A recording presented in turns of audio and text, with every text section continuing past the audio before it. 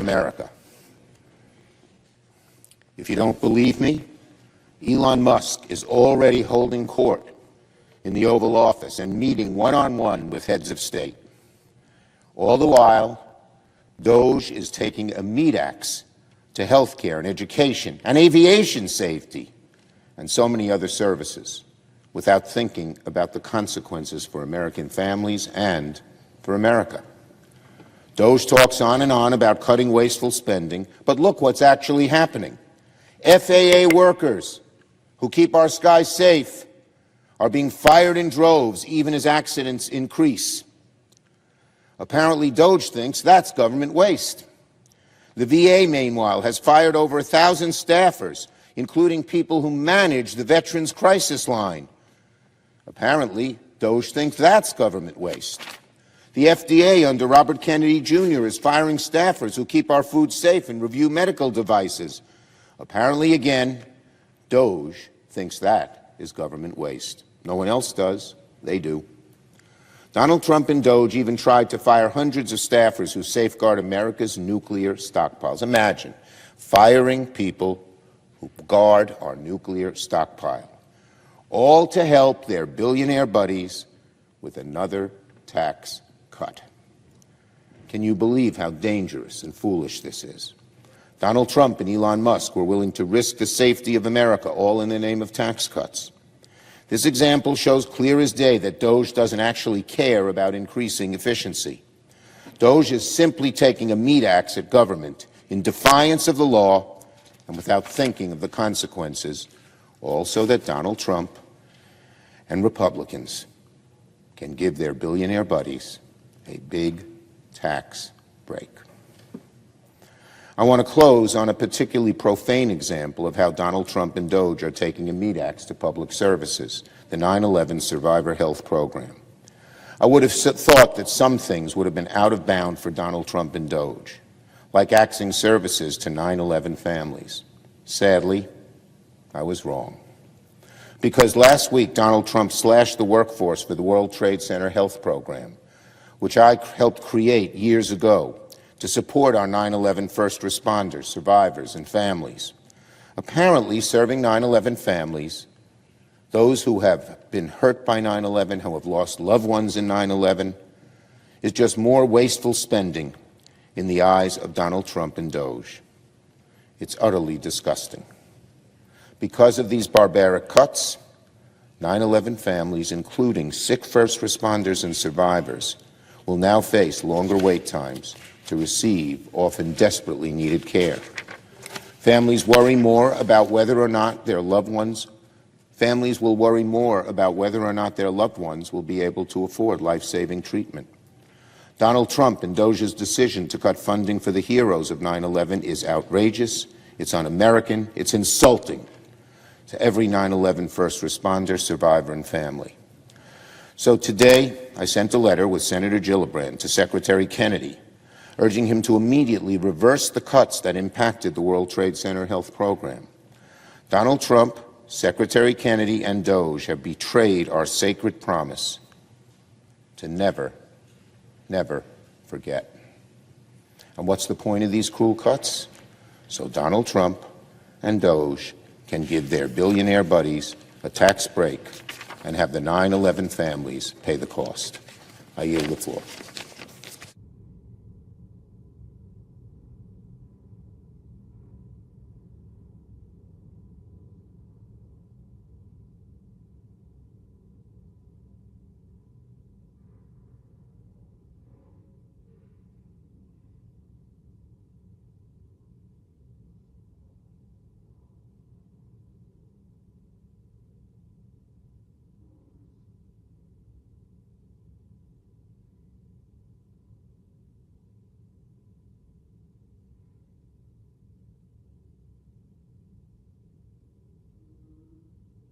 The Democratic whip.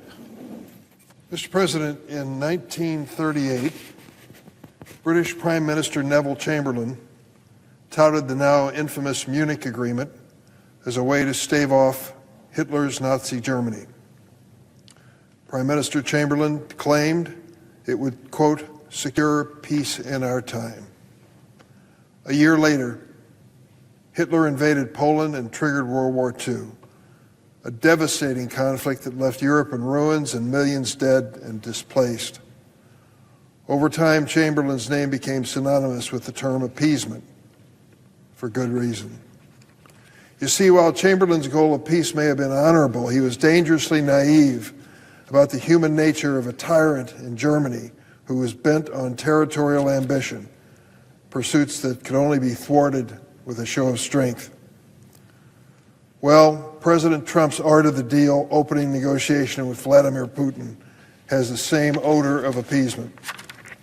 Last week, Donald Trump announced he's ready to make a deal with Russian President Putin over Ukraine, while apparently ignoring Ukraine's key demands for peace.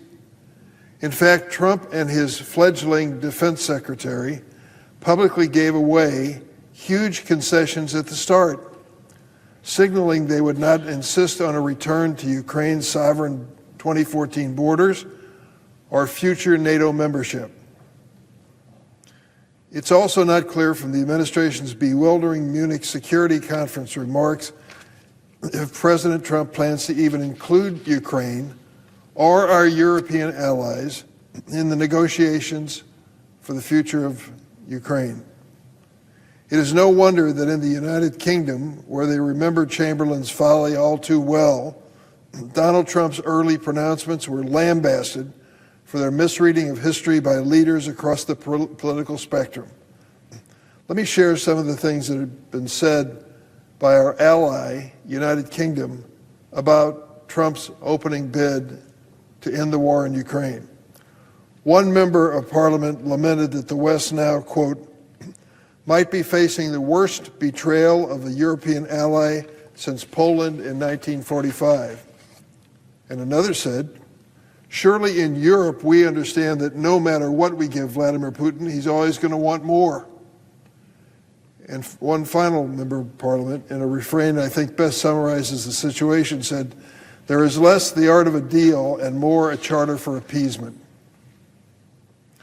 President Trump has always had a strange affinity for autocrats and dictators, a troubling character weakness for the leader of the free world to have.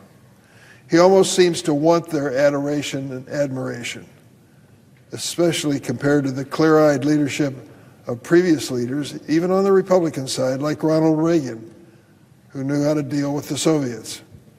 But there are real consequences to Trump's autocratic liaisons for America and allied security, ones that Republicans in the Senate ought to take pretty seriously.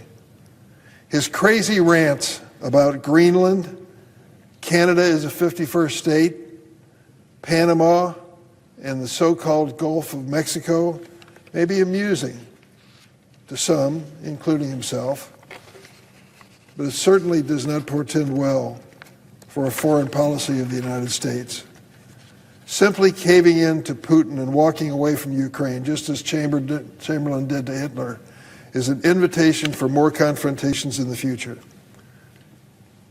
Mr. President, before I was elected to the House of Representatives, in the 1970s, I was a guest of an organization known as the American Council of Young Political Leaders, ACYPL. They take young men and women who are aspiring to public office on trips to various parts of the world where you spend an extra amount of time to come to understand the situation. I was lucky. I had an opportunity to visit the Soviet Union in the worst Cold War atmosphere and environment. More than 2.5 weeks in the Soviet Union, moving from one city to the other and seeing what Soviet communism looked like. During the course of that trip, we visited what was then a Soviet Republic of Lithuania. It had a personal appeal to me for family reasons. My mother was born in Lithuania and was an immigrant to the United States at the age of 2. I'd never been there before, and I was shocked by what I saw. This once great country had become a vassal of the Soviet state, and the poor people there were struggling to maintain the most basic of freedoms. Lucky for me, a few years later, I was elected to Congress, serving first in the House and now in the Senate. and I've been able to see a dramatic rebirth of Lithuania. Of course, at the end of the Soviet Union, they had their chance and fought for democracy. They gave lives and blood for that purpose, but it worked. They won their freedom, their independence. Lithuania is not a big country with a big military budget.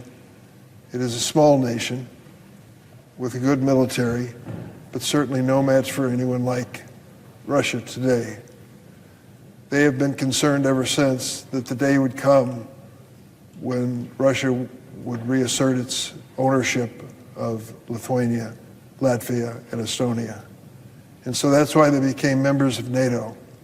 And what a celebration that brought on, to realize finally that they were allies of the United States and had a NATO treaty to back them up, to protect them. Same is true of Poland. And of course, Poland means a lot to Chicago and Illinois, and they worried about the same fate. Now, having won their independence, will they see it threatened by Russia in the future? And so this decision by President Trump to reach out directly to Putin and negotiate is worrisome to me in many respects. First, what does it say of the NATO alliance? An alliance which used to bring together some of the greatest nations in the world to stand by their side, one by one, and protect the future of their country. President Trump is not even engaging the NATO alliance in this conversation about the future of Ukraine. In fact, he is hardly engaging Ukraine in this conversation. I worry about where this is going to lead. I hope it leads to peace in Ukraine, the right kind of peace that we can count on. And I hope that the people of that country, which have shown such extraordinary courage with the support of the United States and NATO up until now, realize that we are still committed to the values that they value as well. That's in our future.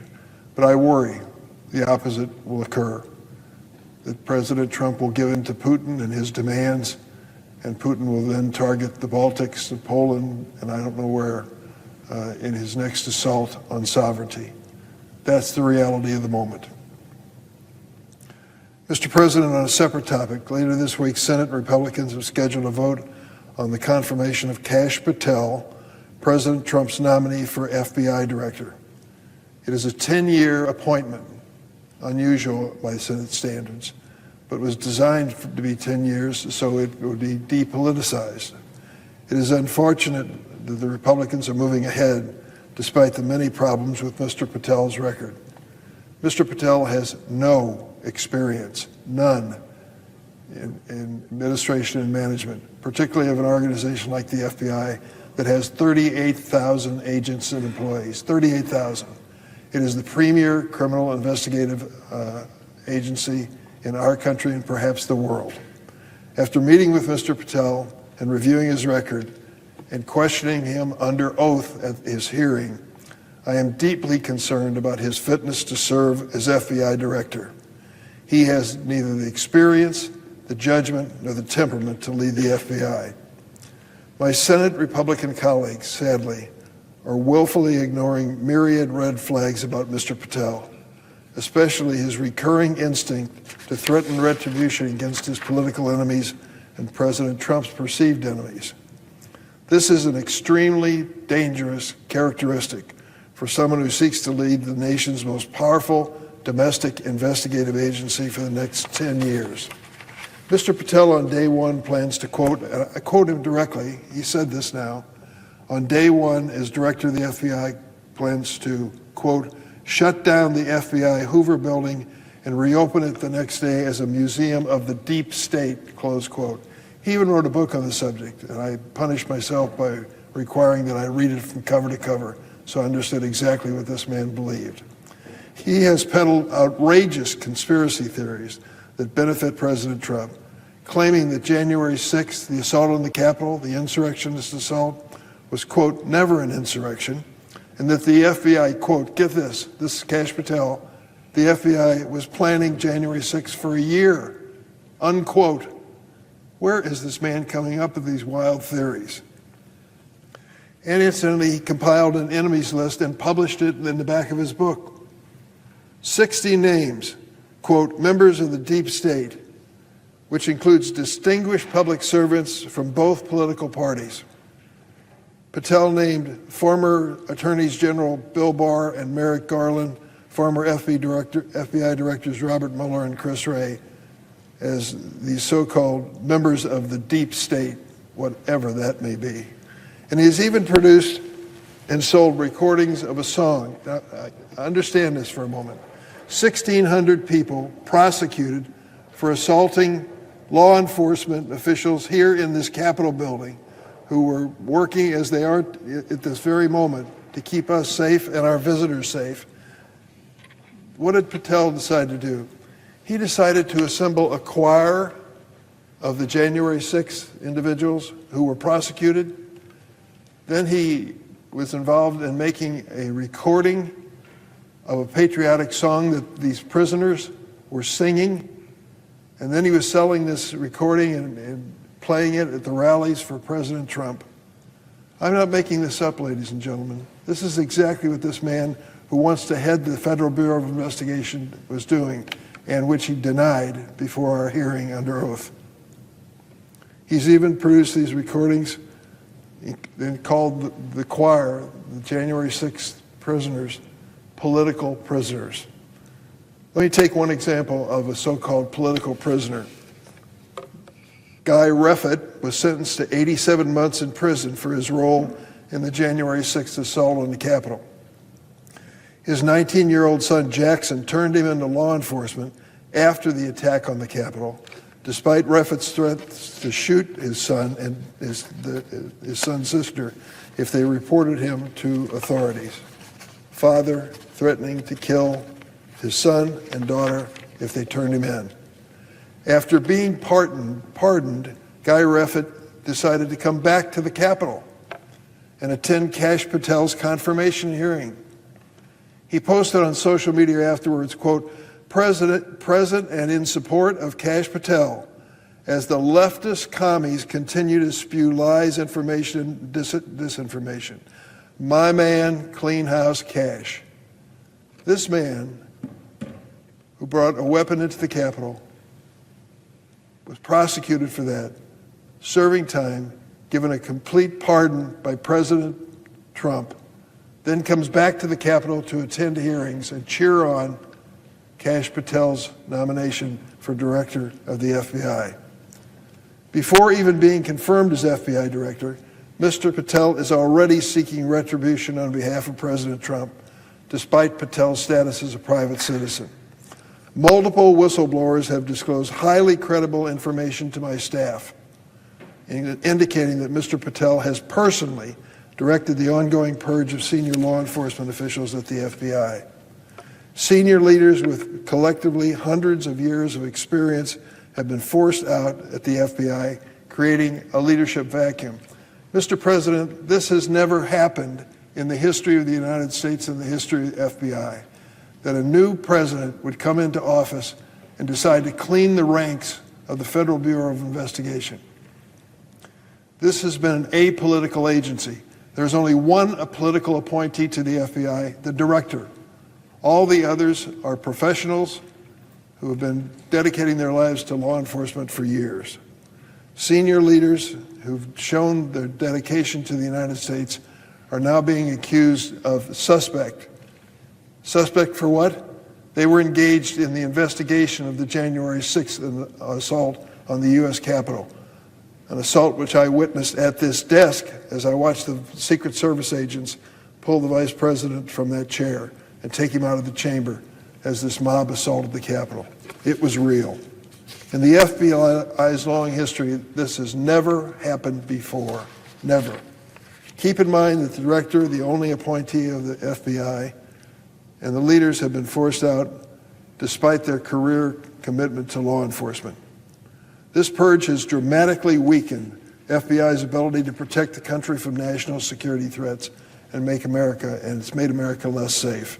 If these whistleblower allegations are true, that Kash Patel, as a private citizen, has been orchestrating the purging of the ranks at the FBI because of political loyalty questions, I will tell you that he came dangerously close to perjuring himself during his nomination hearing when he was asked about the possible firings of FBI officials, and he answered under oath, "I don't know what's going on right now at the FBI."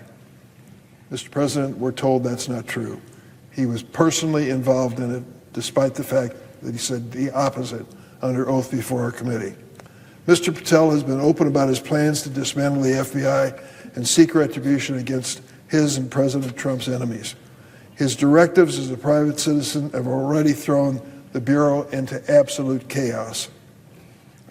Mr. Patel's recent actions and testimony before the Senate Judiciary Committee confirm my belief that he is dangerous, inexperienced, and he's been dishonest in portraying his role in what's happening at the FBI.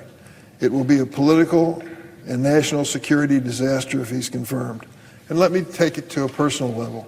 The FBI Agents Association came to meet with us and talked about the very real personal and family concerns of dedicated FBI agents.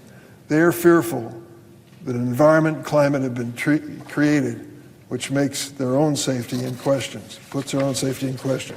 Let me give you an example of another one of these 1,600 people who were prosecuted for the assault on the Capitol. Edward Kelly, convicted of assaulting law enforcement and other felony and misdemeanor offenses related to his conduct on January 6th. The men and women who came in and were beating on the law enforcement officials who protect this Capitol. Kelly was one of them. As I said, he was convicted, scheduled to be sentenced this April until he was pardoned by President Trump last month. While awaiting trial on his January 6th related charges, Kelly was separately charged and convicted in his home state of Tennessee of conspiracy to murder law enforcement, including FBI agents and employees who participated in the investigation of his insurrectionist conduct. Kelly's Tennessee murder conspiracy case remains pending sentencing, but Kelly argues that the case is related to his Washington, D.C. charges and thus covered by President Trump's blanket pardon. Kelly is a perfect example of the danger of publicly releasing the names of FBI agents who worked on January 6 cases, and there were some 5,000 employees of the FBI and Department of Justice who were engaged in that.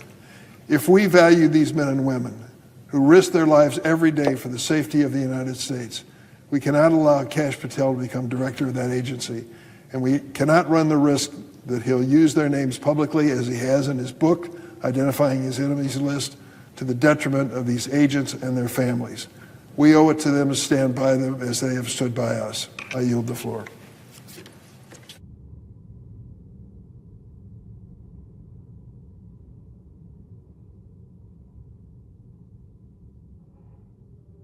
The Senator from Washington. Mr. President, I come to the floor today to talk about the nomination of the President's nominee to run the Department of Commerce, an agency that is charged with a broad mission and a lot of complex issues that affect many sectors of our economy. The next Secretary of Commerce will have to deal with a wide-ranging, growing list of issues, from trade and export controls, expanding broadband, weather forecasting, patent issues, export controls on AI, and figuring out some of the most thorny issues related to how we move our country forward generally in commerce. So it's fair to say that if the Commerce Secretary doesn't get it right, the American people and our American economy pay the price. Unfortunately, I believe that Howard Lutnick, the President's nominee, isn't the right person for this job at this point in time. Now, Mr. Lutnick and the President has made it very clear that one of Mr. Lutnick's key responsibilities will be for trade policy and the tariff policies that the President supports. In my conversations with Mr. Lutnick and before his Commerce Committee hearing, he made it very clear that he intends to be very enthusiastic about the President's plans for tariffs. When he talked about tariffs, I don't know that he knew how much the U.S. economy was going to start paying the price. Talking to people throughout my state, I can tell you it's not lost on us, being a border state with Canada, how much this might affect us in oil and gas, in lumber, electric power, and many other issues of economic activity. Mr. Lutnick was for, as the president said, the expanded taxes on imported steel and aluminum and imposed across-the-board tariffs on China. As a result, China announced retaliatory tariffs, and other countries also promised to retaliate too. That is why when the Seattle Times ran just recently this story about the tariffs, I really understood exactly how Washington businesses were feeling. That they know that, one, this creates uncertainty, and they know that it raises costs. Now, Mr. President, I come from one of the most trade-dependent states in the nation. That's because we grow a lot of agricultural products that go to overseas markets. We make airplanes that go to a lot of overseas markets. We have a lot of software and software development. So the majority of companies and the majority of employees in our state basically are involved in things related to making and growing U.S. products that are shipped to overseas markets. My constituents want to see inflation come down, and they want us to lower costs, not increase them. Now that President Trump is teasing out even more tariffs in the coming days on autos, pharmaceuticals, and semiconductors, it's going to drive up costs for consumers. Another newspaper in my state, the Spokesman Review, hardly a liberal bastion in the state of Washington, also did a pretty big story about the trade and tariffs and what they put in a headline, Trump and inflation. I can tell you this, Mr. President, we can't afford inflation. We want prices to come down, whether that's on housing or whether that's on pharmaceuticals or whether that's on food prices. We know that tariffs can increase prices. So this Commerce Secretary, who's going to be involved in driving and responsible for this tariff impact, is not someone I want to see in this job. The Secretary of Commerce job is to expand exports. I think with 95% of consumers living outside the United States, it is time to try to reach a process where we can get more products into those markets. I am also very concerned about how America maintains our competitiveness in an international marketplace if things are more expensive, particularly manufacturing. My state has been a great beneficiary of a renaissance in manufacturing for a whole lot of reasons, but because of the CHIPS and Science Act, the infrastructure bill, and the IRA bill. And all of those gave people a chance to bring supply chains back to the United States, start growing middle-class jobs in the United States of America again, and lowering costs. That is why we work so hard on the CHIPS and Science Act, something that was voted on here in a bipartisan fashion, led by then Commerce Secretary Raimondo, and a process that ultimately awarded billions of dollars to advance the domestic semiconductor manufacturing industry here. In total, negotiating 32 deals across 22 states. So I know that the presiding officer, the president, knows all about this as a member of the Commerce Committee, but there are many states that were the beneficiaries of these investments and are helping us bring even more of the domestic supply chain back to the United States. We learned during the CHIPS crisis that even the cost of a used car went up $2,000. That's because chips were at a shortage, car industries, trucking industries couldn't even get enough chips to make and ship cars, and then the consequence was even used cars went up $2,000. So we don't want to recreate that again. We want a Commerce Secretary who's going to fight for the CHIPS and Science investment that's already been made in the electronic manufacturing process in the United States and keep the semiconductor industry right here. But unfortunately, Mr. Lutnick before the committee would not commit to standing by the commitments of the term sheets the Department of Commerce has already signed. In fact, before he was concerned, Reuters last week said the administration started telling companies that they might even revisit these agreements that have been signed. So let me be clear. These are awards to critical states like Texas, New York, Ohio, Arizona, and Pennsylvania, and now the president is saying he is going to revisit those signed contracts. Delaying these projects also mean that we are delaying bringing the supply chain back to the United States. that we're making it harder for the United States to be competitive in an industry that is critical for us to lead, not just on the most advanced chips, but continuing in the manufacturing of semiconductors overall. In his Commerce Committee nomination, Mr. Lutnick also heard from members of both sides of the aisle about their support for the science part of the CHIPS and Science Act. These are amazing initiatives that brought coalitions of people together to catalyze new economic engines, in some cases in the most rural parts of the United States. Why? Because it's so expensive to do innovation in Silicon Valley, in Boston, and even in some parts of my state. So the whole point was to continue to make investments in test bedding and scaling technology so the United States would not lose out. And these awards have been made, but Mr. Lutnick also refused to commit to honoring those agreements and putting many of those issues at question. I know my colleagues on both sides of the aisle will continue to push for these investments. But today's nominee, if he's confirmed, is also going to be overseeing the Bureau of Industry and Security, which implements export controls and dual-use technology and have both commercial and military proliferation applications.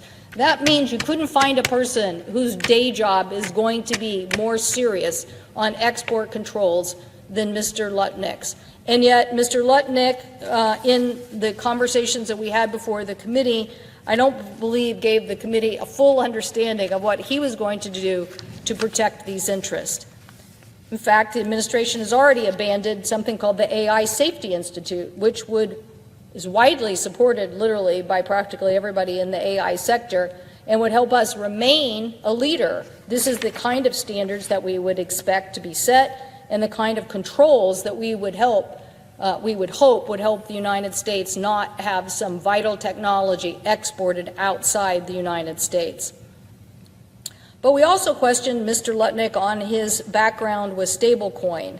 Mr. Lutnick and the stablecoin that he's been involved in has been considered a very good tool for the cryptocurrency system, but a target of very illicit funds. Some estimates are that as much as 60% of Tethered could be billions of dollars of illicit activities by people like North Korea, Southeast Asia, Mexican fentanyl pushers, cyber criminals, and all because of stablecoin. Now, Mr. Lutnick has an incredible personal story, losing his parents at a very young age, and also the tragedy that befell Cantor Fitzgerald when terrorists struck. So I know that Mr.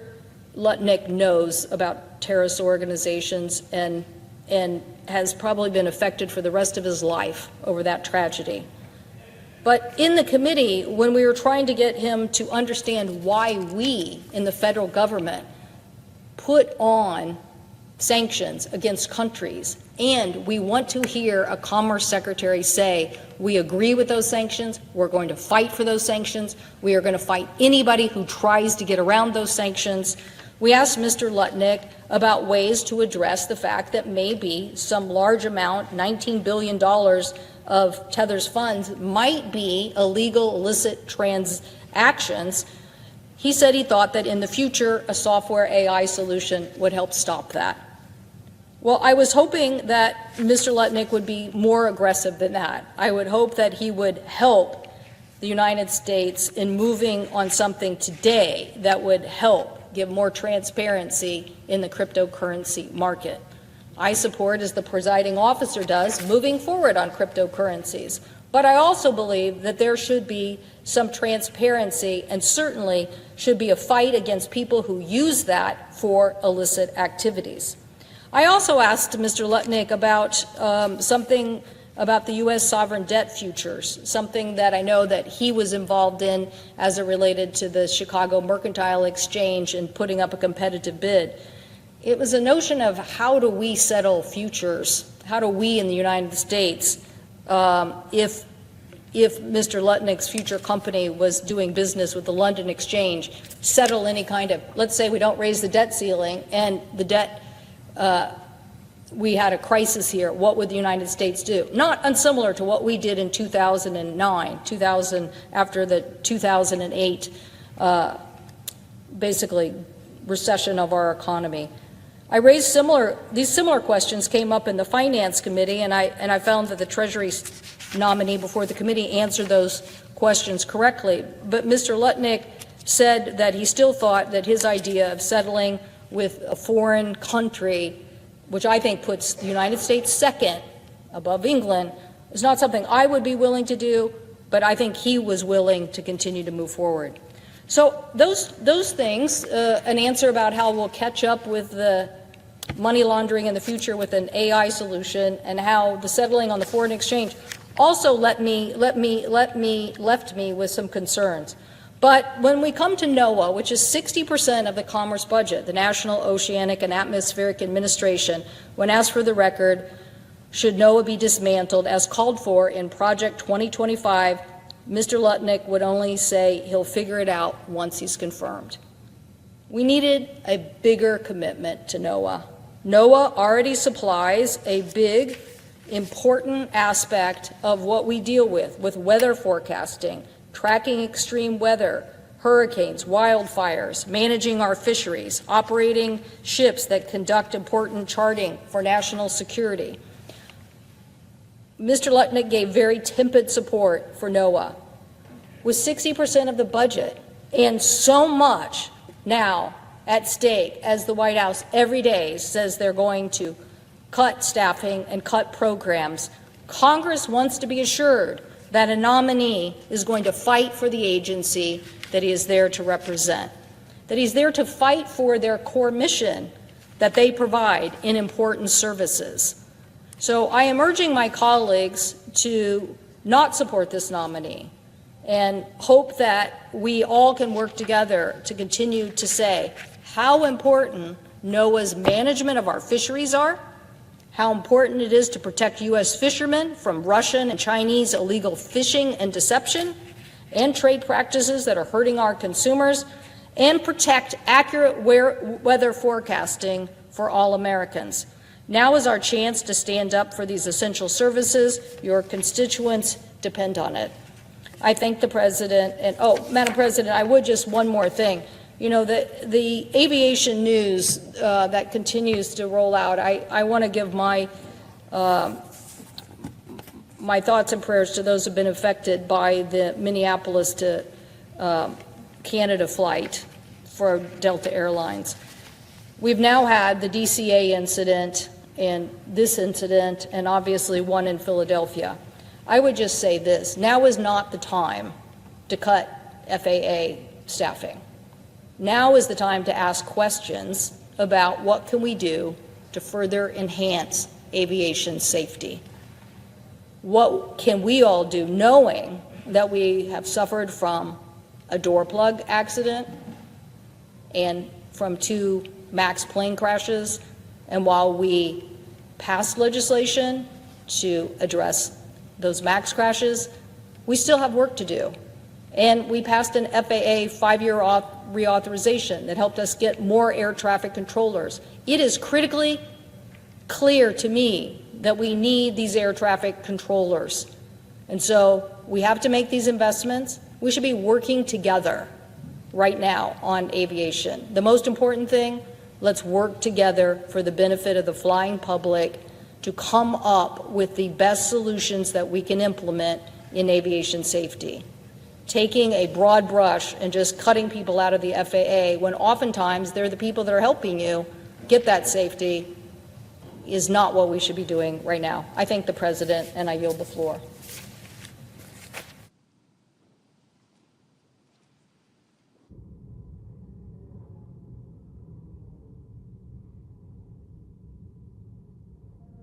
Roll. Ms. Also Brooks.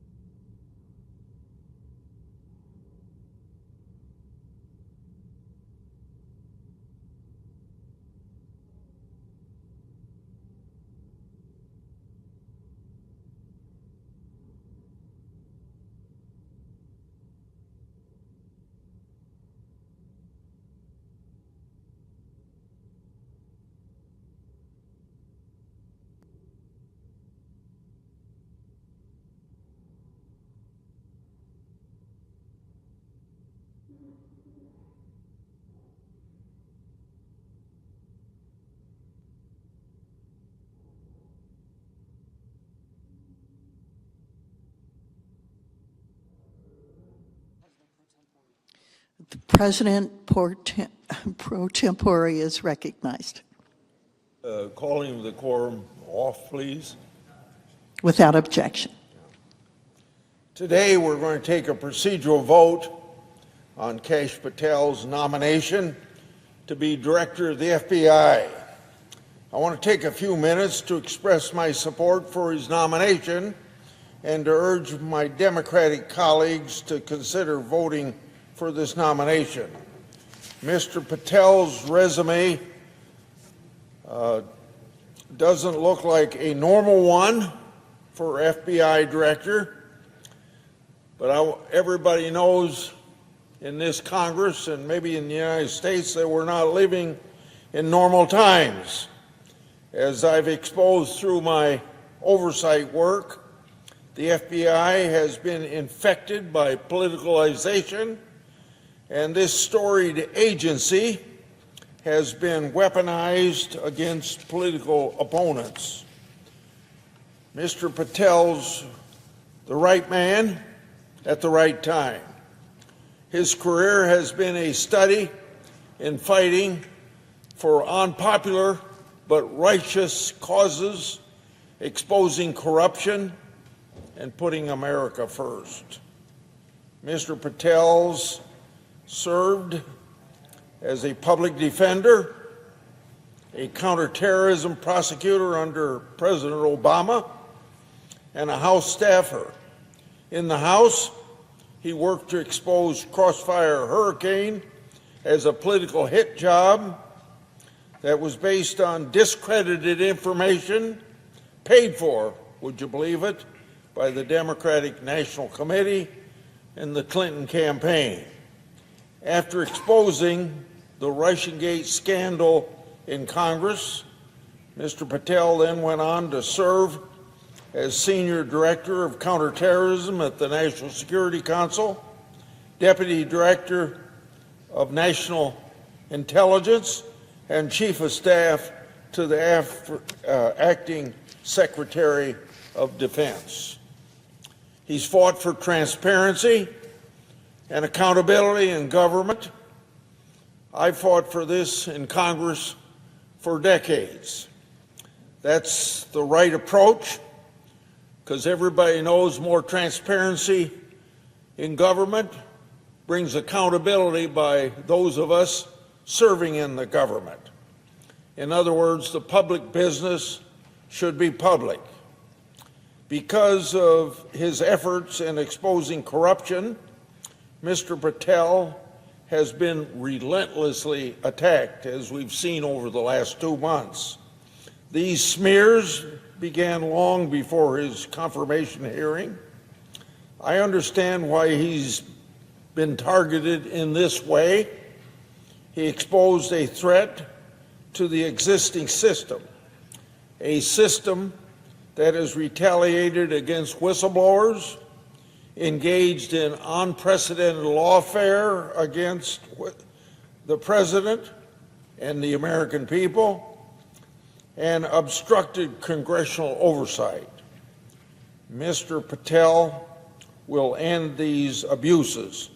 He will restore the FBI to its essential mission of keeping Americans safe.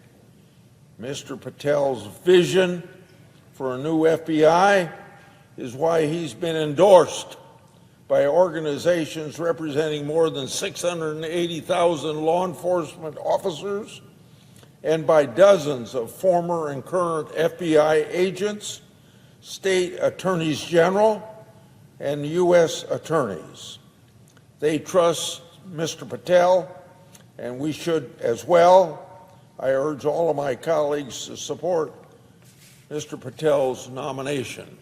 I yield the floor and suggest the absence of a quorum. The clerk will call the roll. Ms. Also Brooks.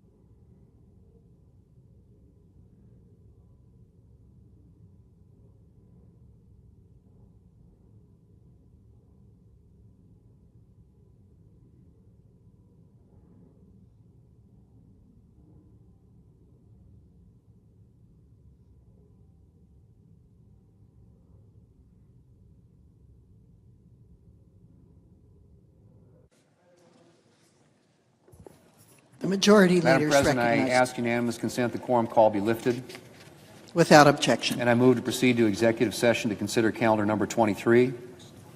Questions on the motion? Is there a sufficient second? There appears to be. The clerk will call the roll. Ms. Also Brooks, Ms. Baldwin, Mr. Banks, Mr. Barrasso.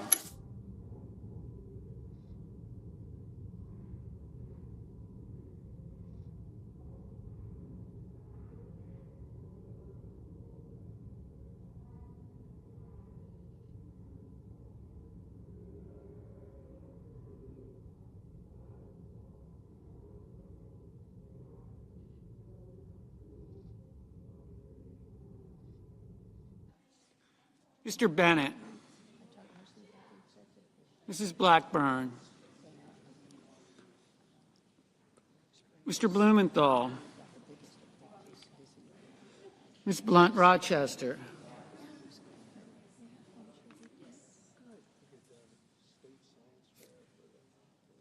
Mr. Booker, Mr. Bozeman, Mrs. Britt,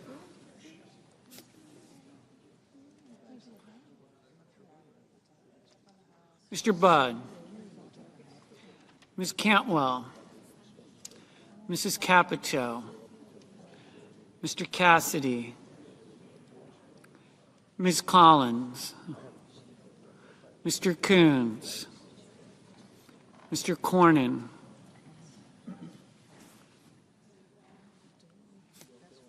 Ms. Cortez Masto, Mr. Cotton,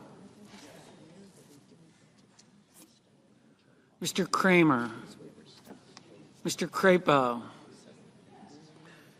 Mr. Cruz, Mr. Curtis, Mr. Daines, Ms. Duckworth,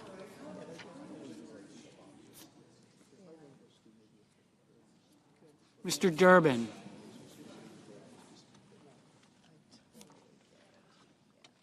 Ms. Ernst, Mr. Fetterman, Mrs. Fisher, Mr. Gallego, Mrs. Gillibrand, Mr. Graham,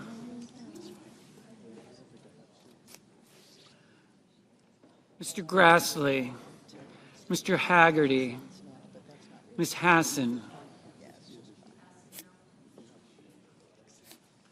Mr. Hawley, Mr. Heinrich, Mr. Hickenlooper, Ms. Hirono, Mr. Hoven, Mr. Husted,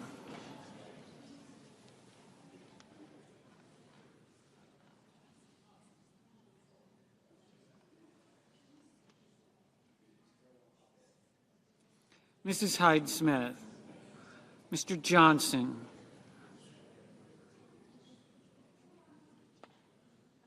Mr. Justice, Mr. Kane, Mr. Kelly, Mr. Kennedy, Mr. Kim, Mr. King, Ms. Klobuchar, Mr. Langford, Mr. Lee, Mr. Lujan,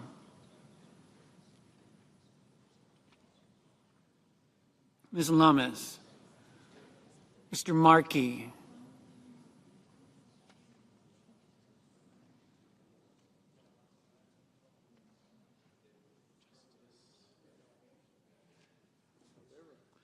Mr. Marshall,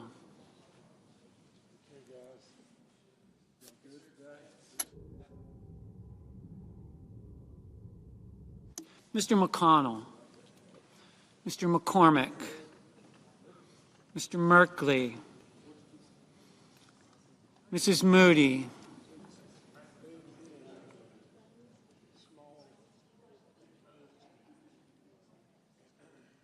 Mr. Moran.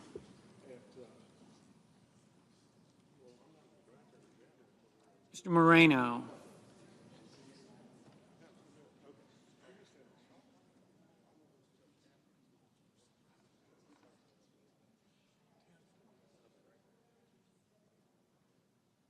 Mr. Mullin. Ms. Murkowski. Mr. Murphy. Mrs. Murray.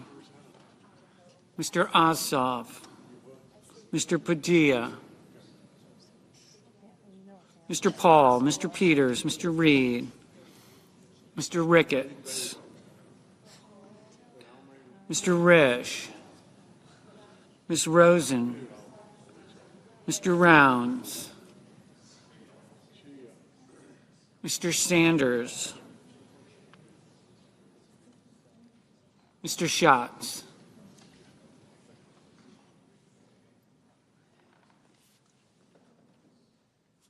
Mr. Schiff.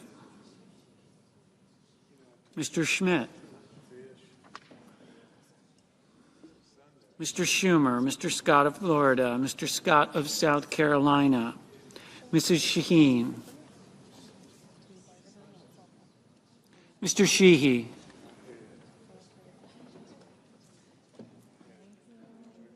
Ms. Slotkin, Ms. Smith, Mr. Sullivan, Mr. Thune, Mr. Tillis, Mr. Tuberville, Mr. Van Hollen, Mr. Warner, Mr. Warnock, Ms. Warren, Mr. Welch, Mr. Whitehouse, Mr. Wicker, Mr. Wyden, Mr. Young.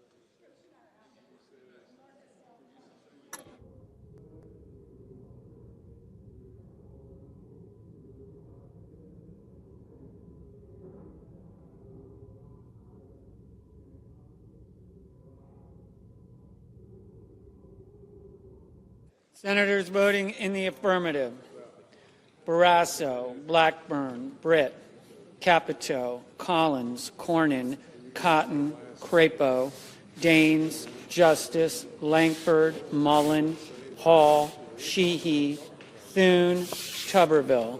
Senators voting in the negative: also Brooks, Blunt Rochester, Cantwell, Durbin, Gallego, Hassan, Heinrich, Kelly, Kim, Lujan, Whitehouse.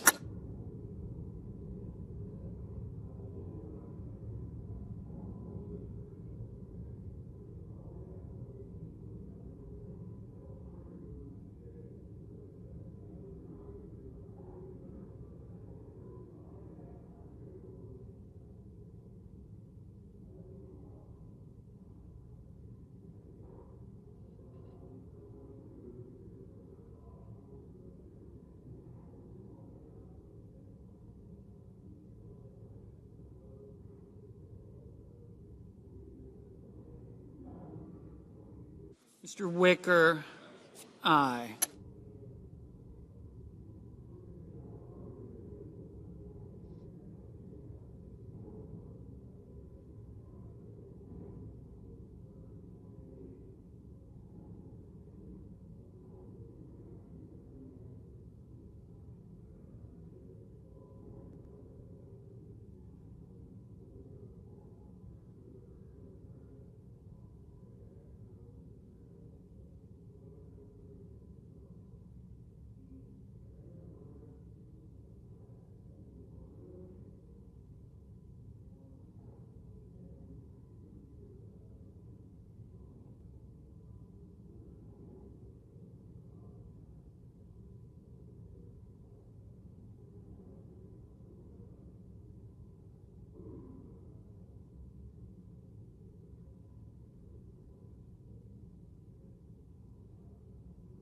Mr. Moreno, aye. Mr. Wyden, no.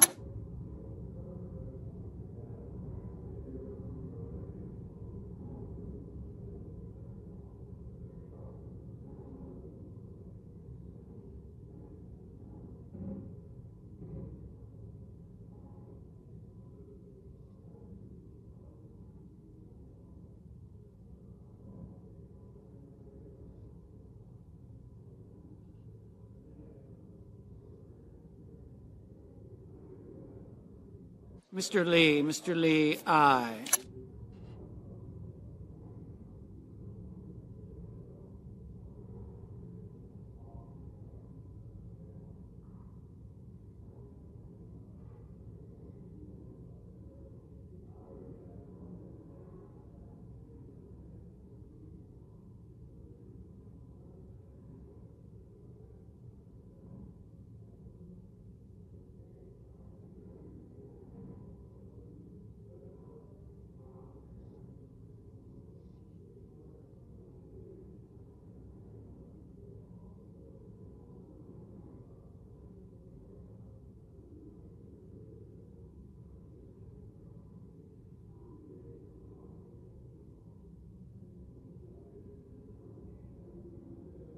Mr.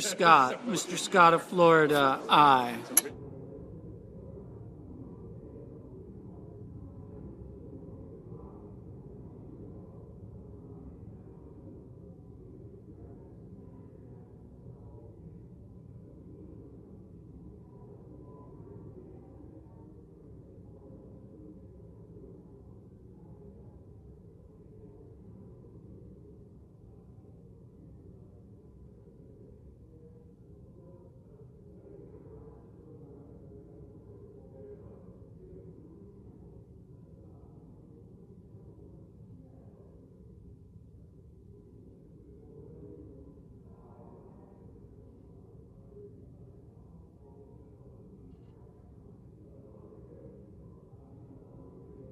Mr.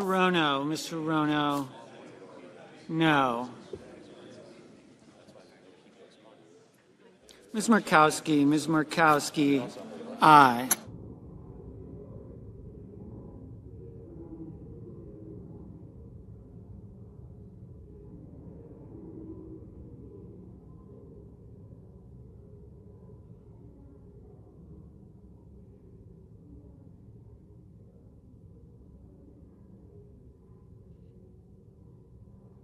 Mr. Cassidy, aye.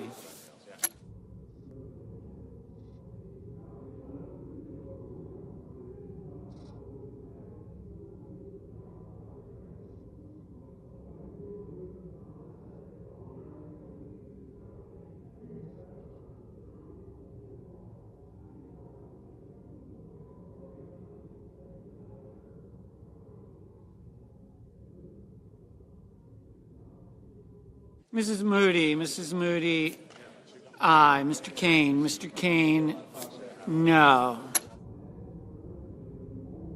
Mr. Ossoff, no.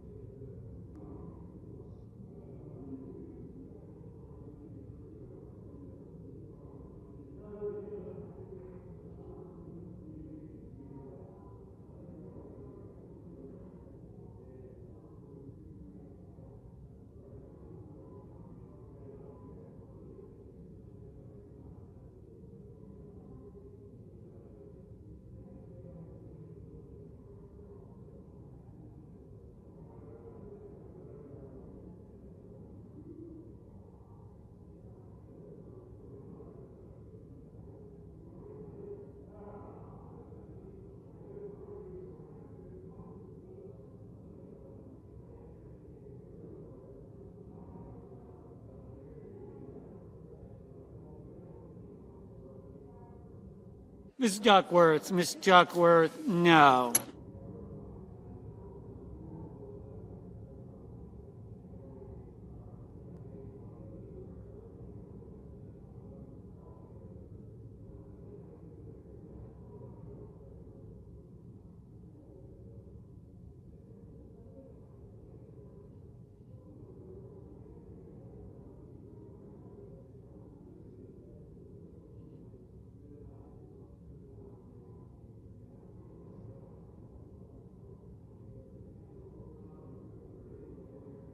Mr. Schiff, no.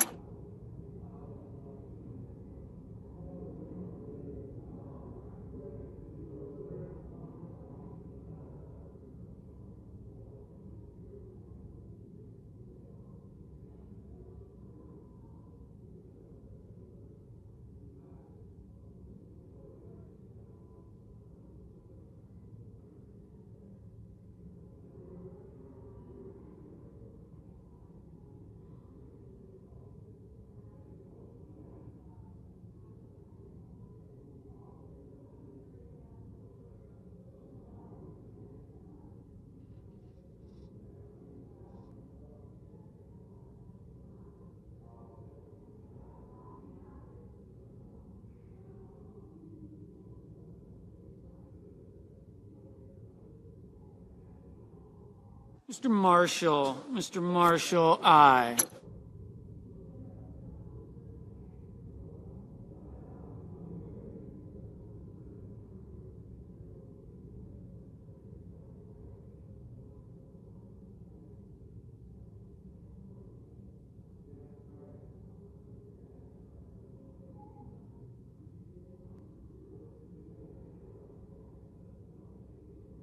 Mr. McCormick, aye.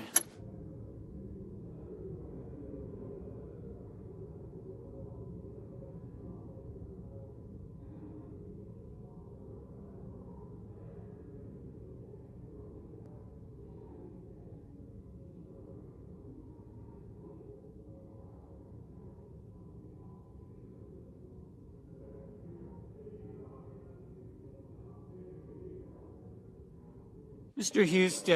Husted, aye.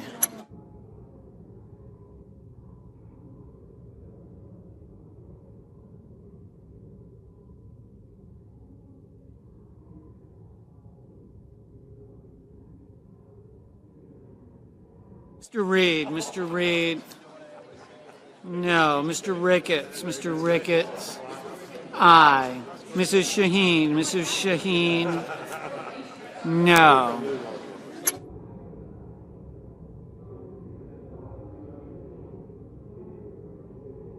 Mr. Banks, aye.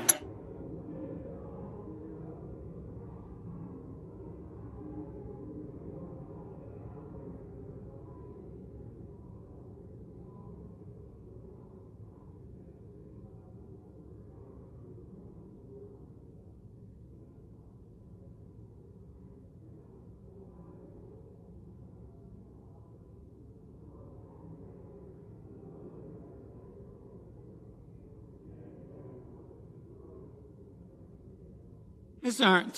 Ernst, aye.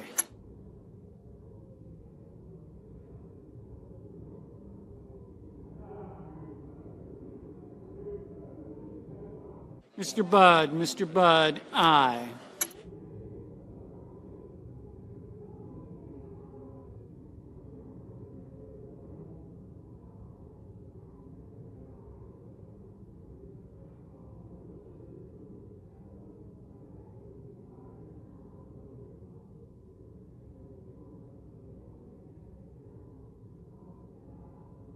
Ms. Lummis, aye.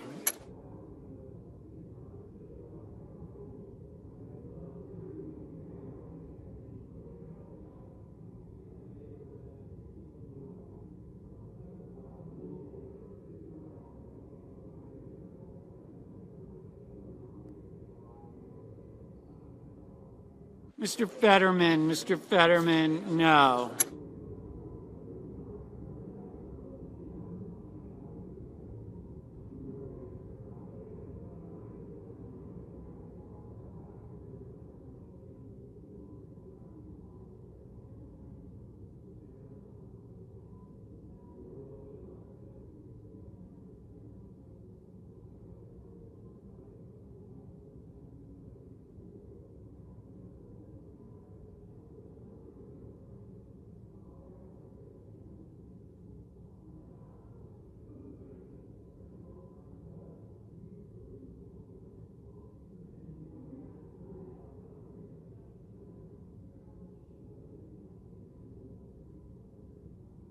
Mr. Kennedy, aye.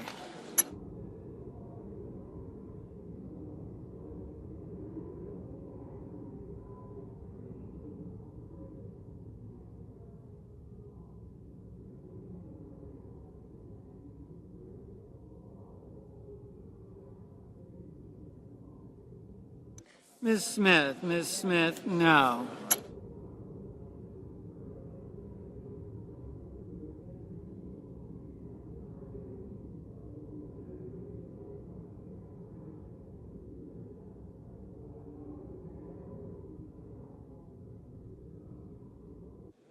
Mr. King, no.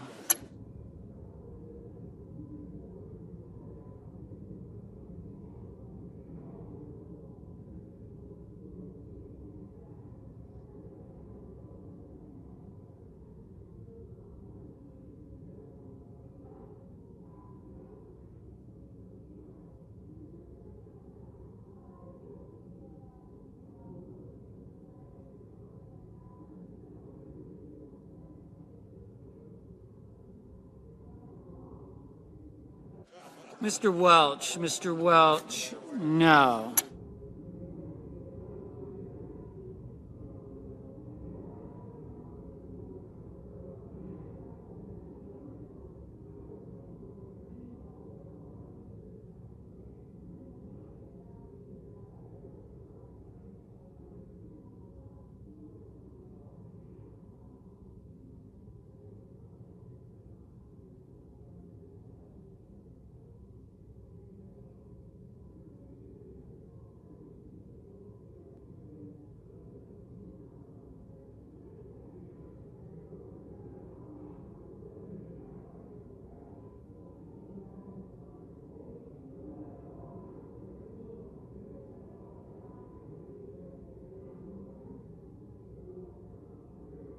Mr. Warner, no.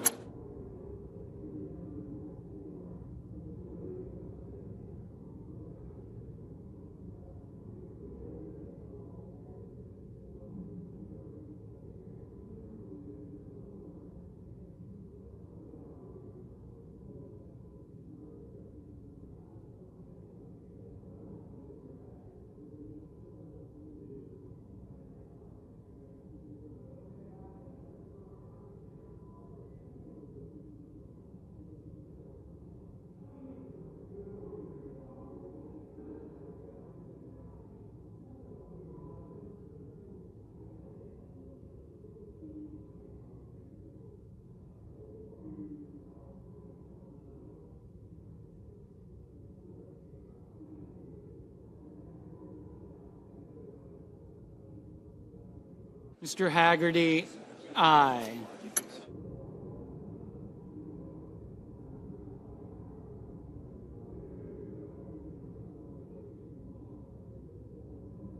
Mrs. Fisher, aye.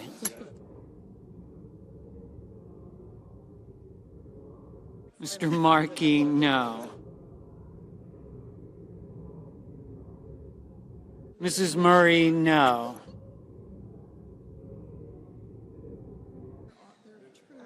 Mr. Schatz, no.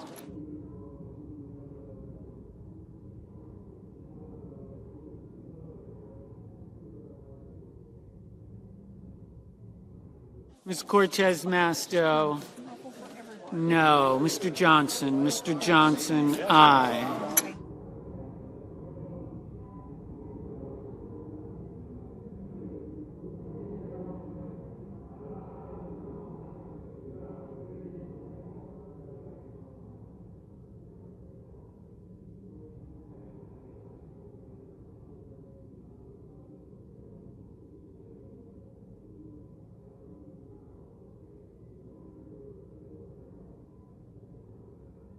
Ms. Baldwin, no.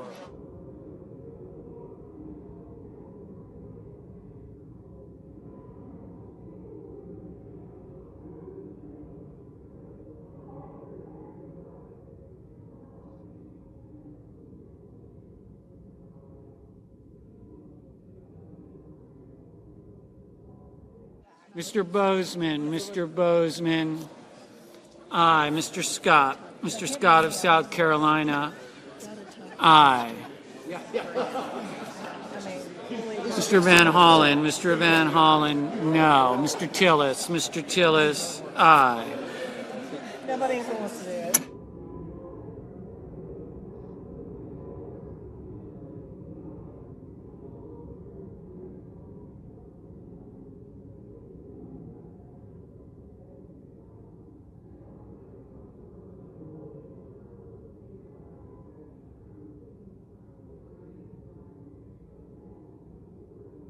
Mr.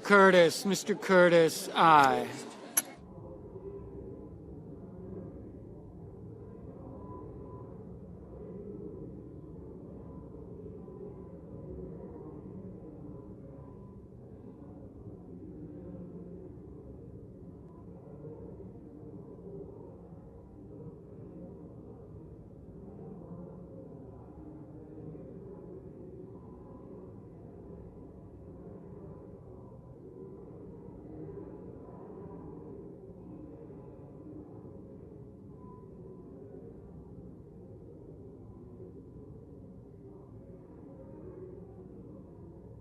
Mr. Merkley, no.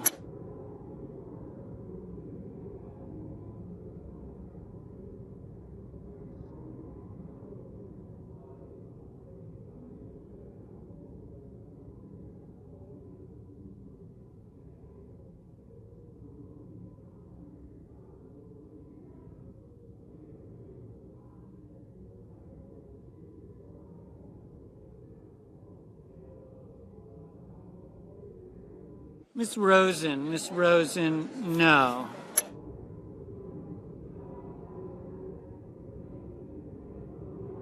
Mr. Rounds, aye. Ms. Warren, no. Mr. Murphy, no.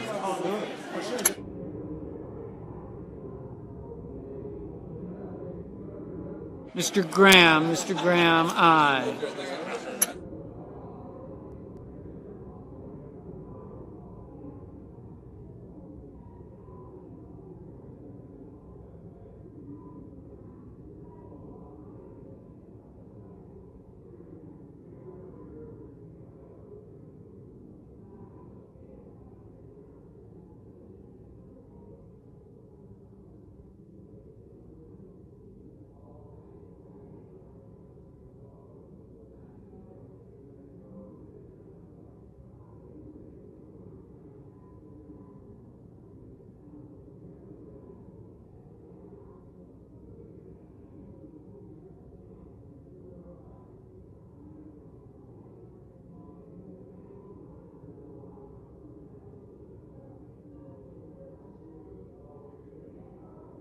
Ms. Slotkin, no. Somebody has to have the skill.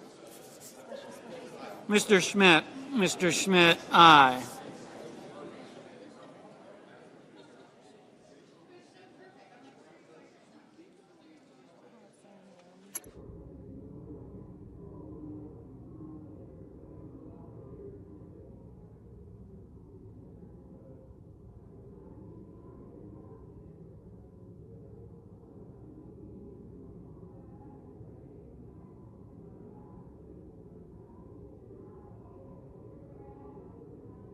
Mrs. Gillibrand, no.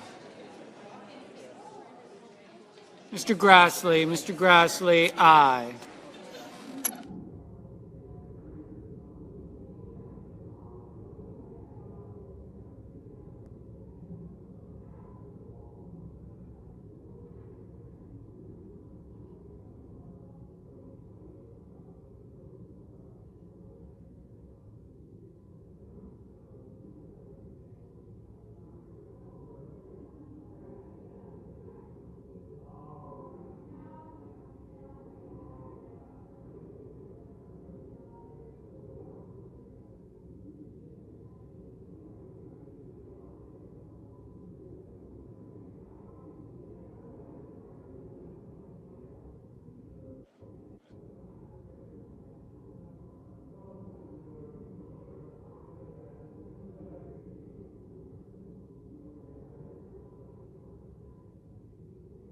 Mr. Schumer, no.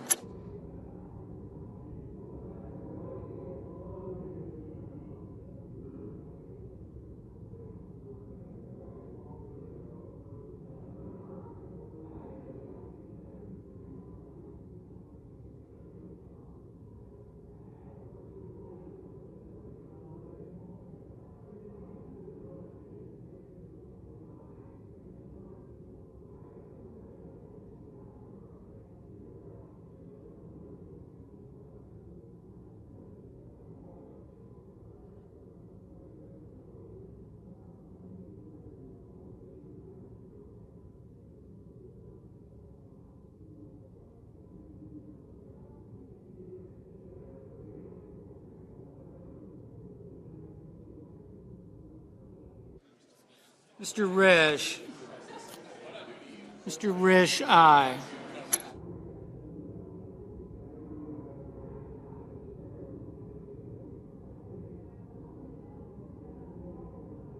Mr. Warnock, no.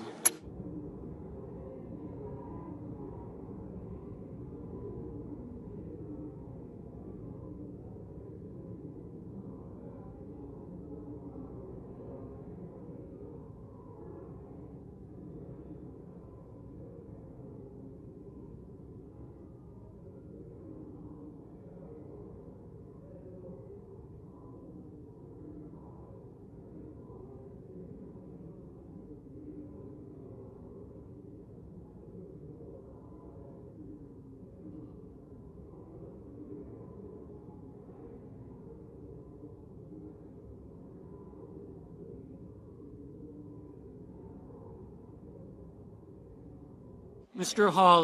Hawley, aye.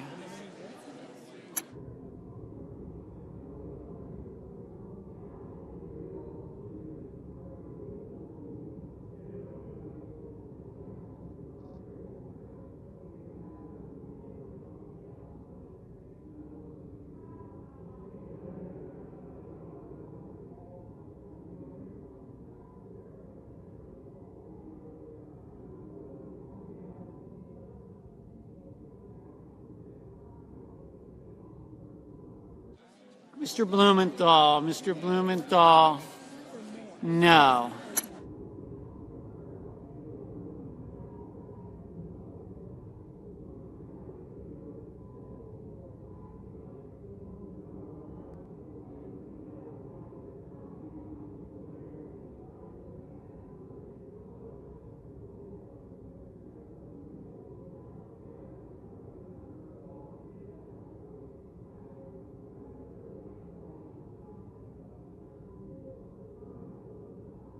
Mr. Padilla. Mr. Padilla, no.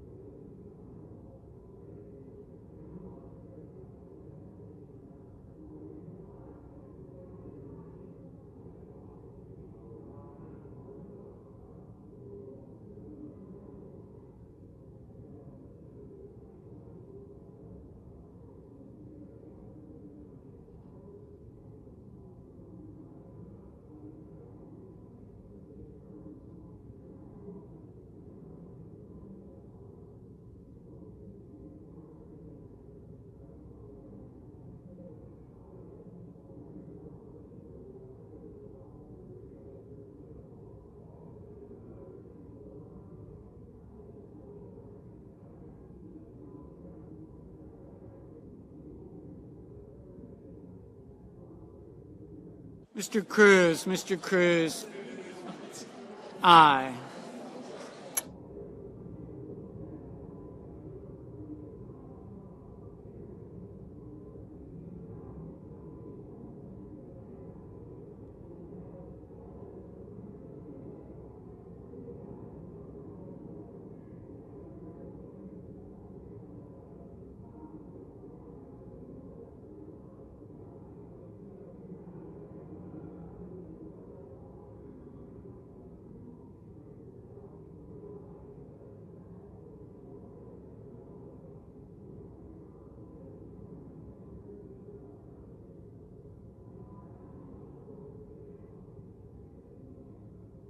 Mr. Coons. Mr. Coons, no.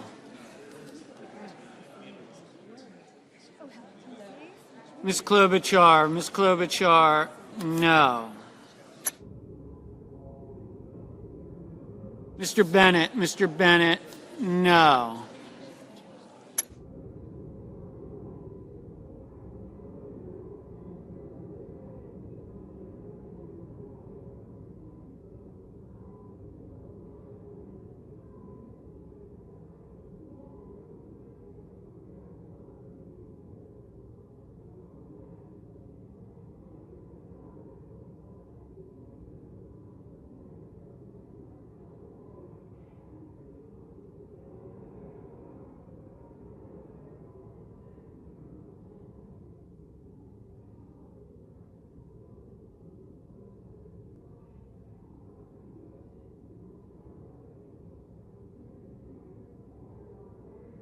Mr. McConnell. Mr. McConnell, aye. Mr. Young. Mr. Young, aye.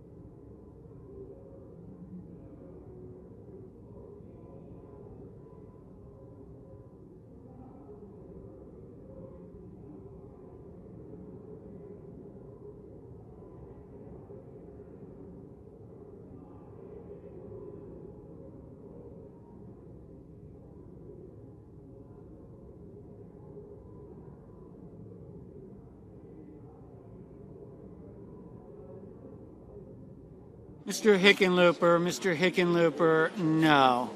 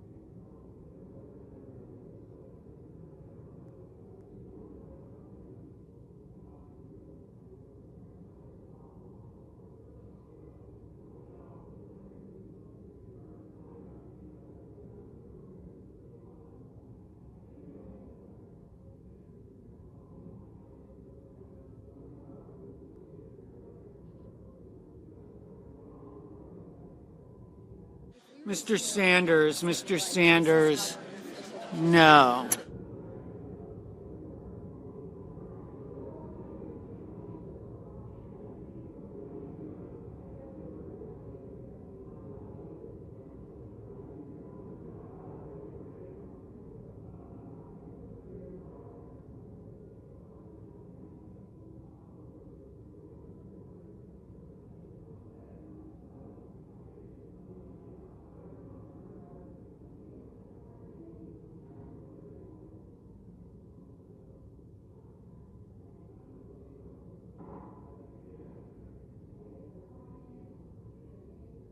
Five, the motion is agreed to.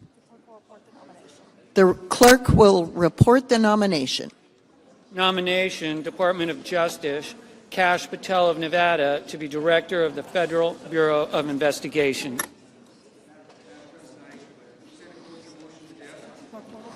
Clerk will report. The undersigned senators, in accordance with the provisions of Rule 22 of the Standing Rules of the Senate, do hereby move to bring to a close the debate on the nomination of Kash Patel of Nevada to be Director of the Federal Bureau of Investigation, signed by 17 senators as follows. Waived. Is there objection? Without objection. Madam President, I ask the Senate execute the order of February 13th in relation to the Lutnick nomination. The clerk will report the nomination. Nomination, Department of Commerce, Howard Lutnick of New York to be Secretary. Questions on the nomination? Is there a sufficient second? There appears to be. The clerk will call the roll. Ms. Alsobrooks, Ms. Baldwin, Mr. Banks, Mr. Barrasso,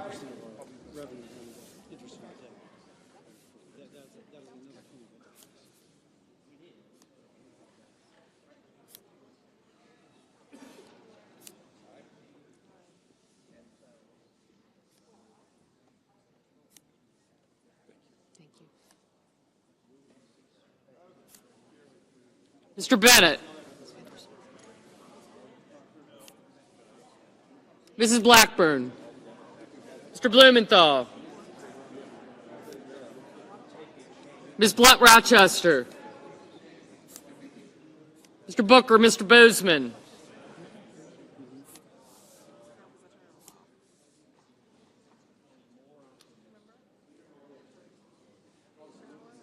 I got you.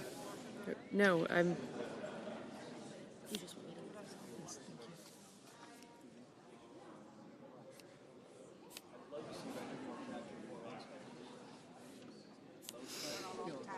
Mrs. Britt. Mr. Budd. Ms. Cantwell. I do think it would be a mistake, though, for us to take the tax cuts. If we had a massive tax increase, it would hurt GDP. Mrs. Capito. Mr. Cassidy. I'm up. Okay. Mary Ann, you got me? I do, thank you. You just gotta stop. I got you. Thank you. So Thank you. nobody can object on it. Thank you. That I suggested that the tax cuts were speaking.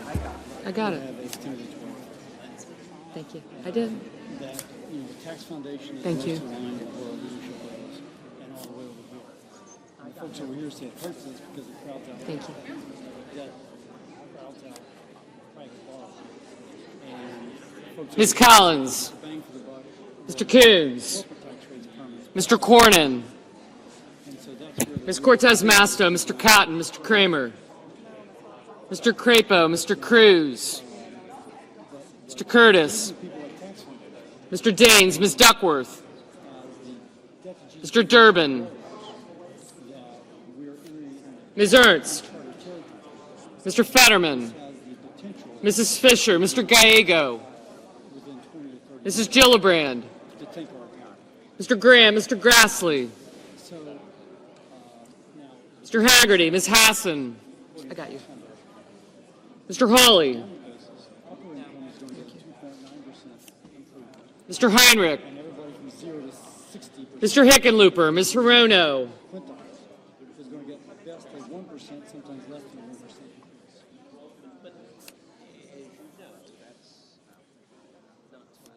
Mr. Hoven. Mr. Husted. Mrs. Hyde Smith. So there is the Mr. Johnson. child tax credit, which Mr. Justice. right, actually a tax cut, just welfare. But and that obviously Mr. Kane. Mr. Kelly. so whereas Mr. Kennedy. Mr. Kim. at least the second to the Mr. King. and so Ms. Klobuchar. Mr. Langford. Mr. Lee. skewed to upper income. Now, you know what? I guess to go back to that's Thanks. because the taxes. Mr. Lujan. You're giving the people big taxes, given that half of Americans don't pay Ms. Lummis. definition. Someone who's at zero, they don't pay income tax. Mr. Markey. Mr. Marshall. Or many, not everybody, but many. Yeah, they're paying payroll taxes, they're paying workers, Mr. McConnell. Mr. McCormick. excise taxes, etc. Gasoline. Mr. Merkley. So, Mrs. Moody. but if you look, for example, Mr. Moran. to 40% quintile, Mr. Moreno. Mr. Mullin. Ms. Murkowski. Mr. Murphy. paying payroll tax. Mrs. Murray. Mr. Ossoff. You know what I keep on thinking though? Because the politics, Mr. Padilla. I went back and looked at the politics. Mr. Paul. We got slaughtered after the 2017 Mr. Peters. in the midterm. We thought we were going to get a super Mr. Reed. Mr. Ricketts. majority in the Senate, Mr. Risch. and we gained one seat. They had Ms. two, Rosen. Mr. Rounds. and we got one seat. And then we lost the House. Mr. Sanders. Mr. Schatz. And that's because people did not see Mr. Schiff. from the TCJA and the other. Mr. Schmidt. Mr. Schumer. We're not even giving them a tax cut, we're just maintaining it to the degree that we're not cutting it to be a 1%. Mr. Scott of Florida. Mr. Scott of South Carolina. And it keeps coming to my mind, Mrs. Shaheen. and you said it so well, and I'll never get it. Mr. Sheehy. Fox Canyon, da da da da da. We're going to drive into this box. Ms. Slotkin. Ms. Smith. Mr. Sullivan. And Mr. Thune. Mr. Tillis. on and on. And Mr. Tuberville. the world gets slaughtered again politically. Mr. Van Hollen. I don't see preserving a 1%, keeping people from 1% tax cut Mr. Warner. when distributionally people didn't, thank you. are going to get a 3% tax cut. Mr. Warnock. Ms. Warren, Mr. Welch, Mr. Whitehouse, Mr. Wicker, Mr. Wyden, Mr. Young.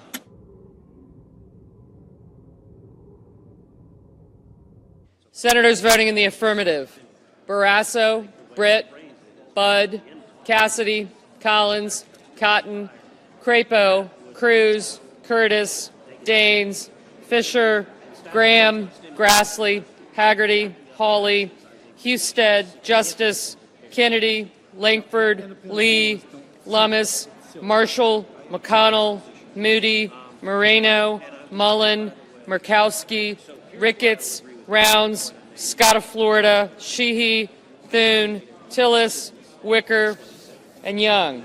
Senators voting in the negative: also Brooks, Bennett, Blunt Rochester, Cortez Masto, Durbin, Hickenlooper, Kane, King, Klobuchar, Lujan, Markey, Murray, Padilla, Reed, Rosen, Sanders, Schiff, Slotkin, Smith, Van Hollen, Warren, Welch, Whitehouse, and Wyden.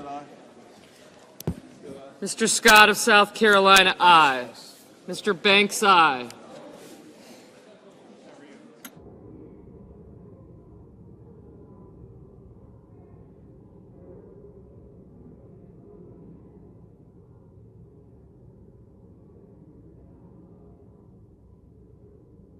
Ms. Hirono, no. Mr. Risch, aye.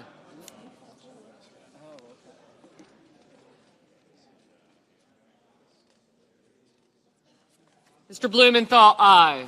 No. Mr. Blumenthal, no.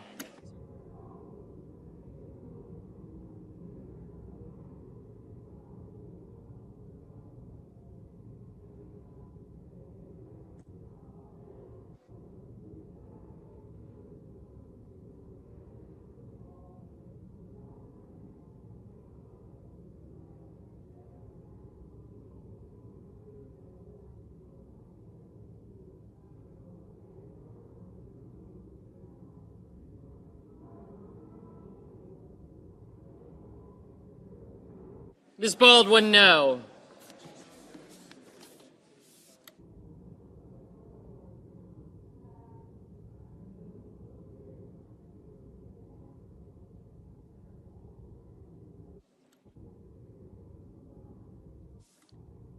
Mr. Coons, no.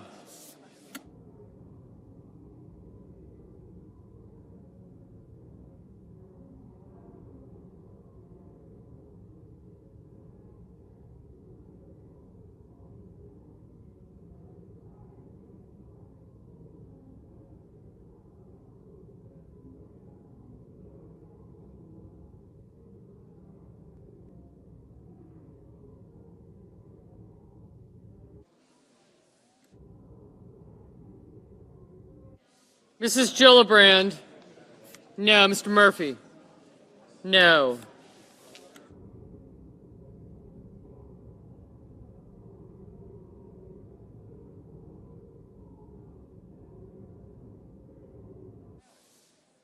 Mr. Schmidt, aye. Mr. Johnson, aye.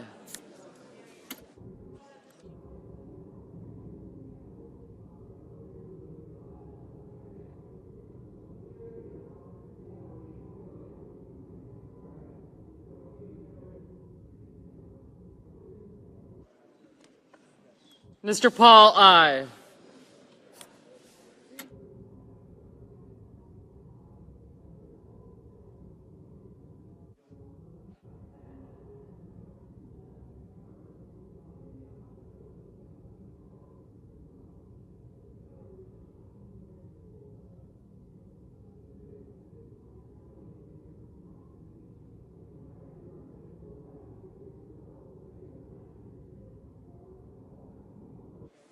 Mr. Tuberville, aye.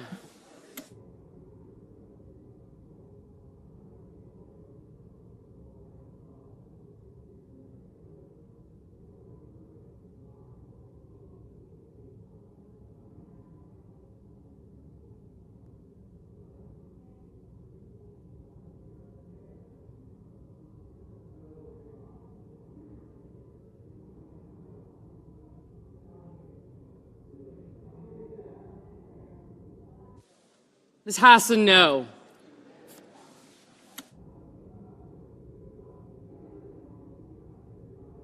Mr. Kramer, aye. Mr. McCormick, aye.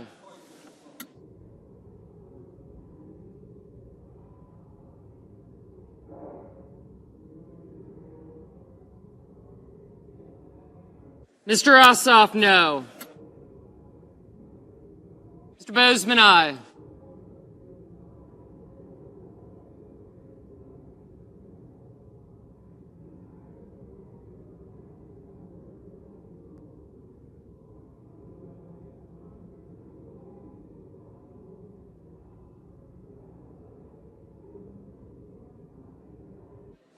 Mr. Kim, no.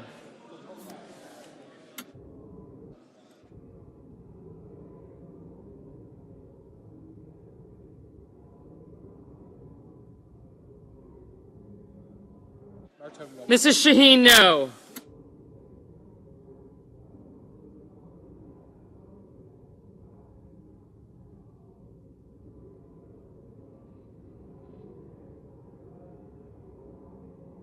Mr. Kelly, no. Mr. Gallego, no.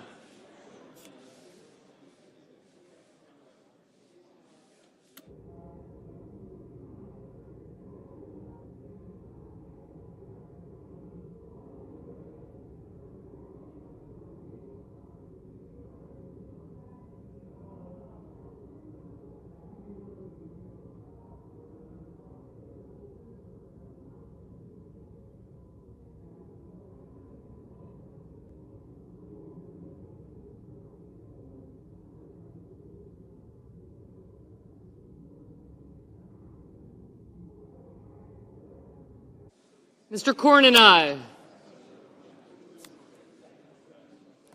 Oh, hate.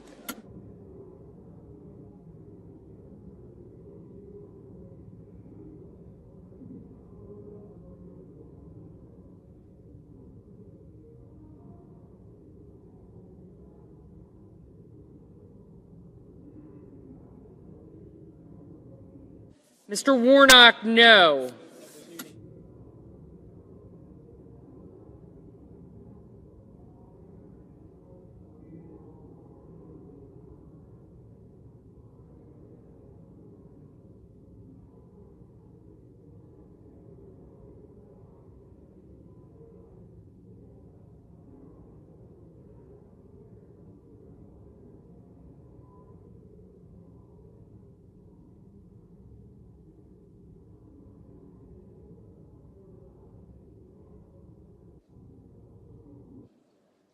Ms. Duckworth, no.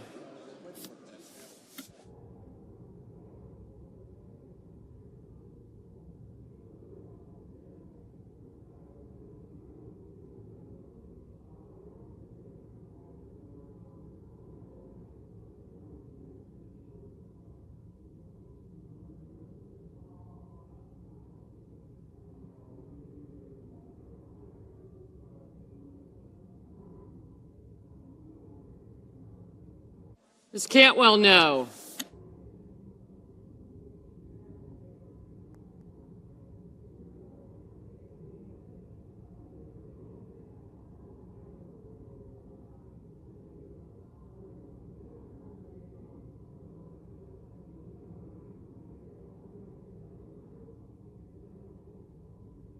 Ms. Ernst, aye.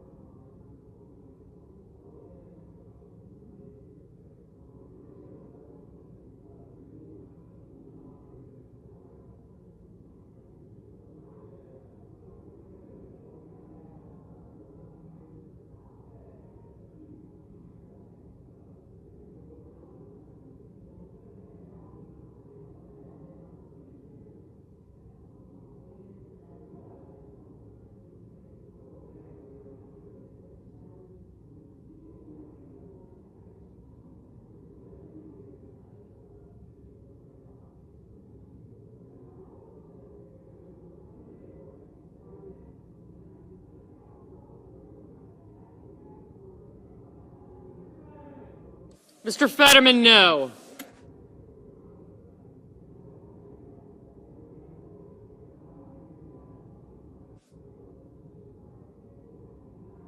Mrs. Blackburn, aye.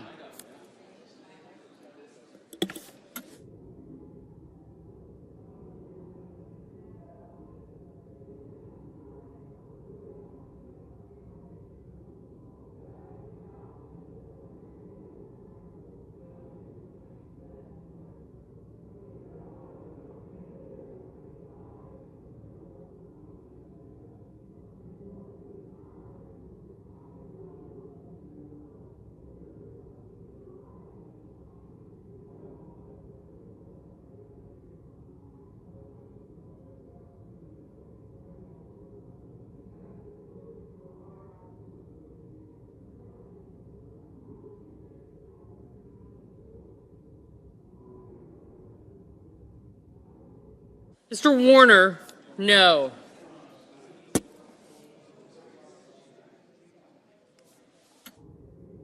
Mr. Heinrich, no. Mr. Schatz, no.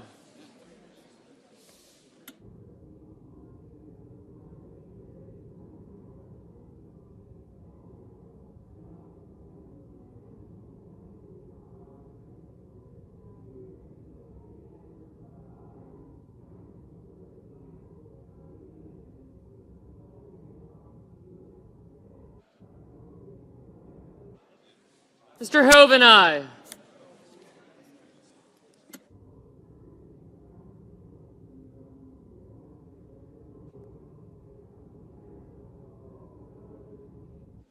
I have you.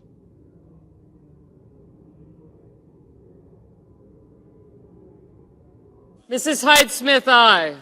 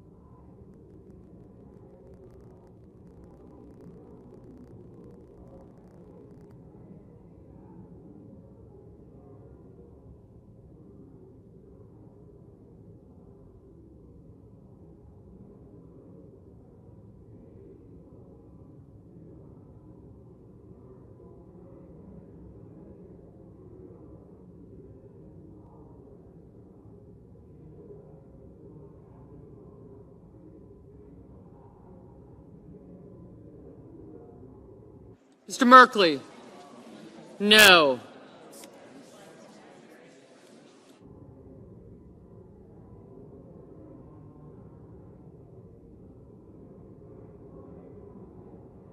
Mr. Schumer, no.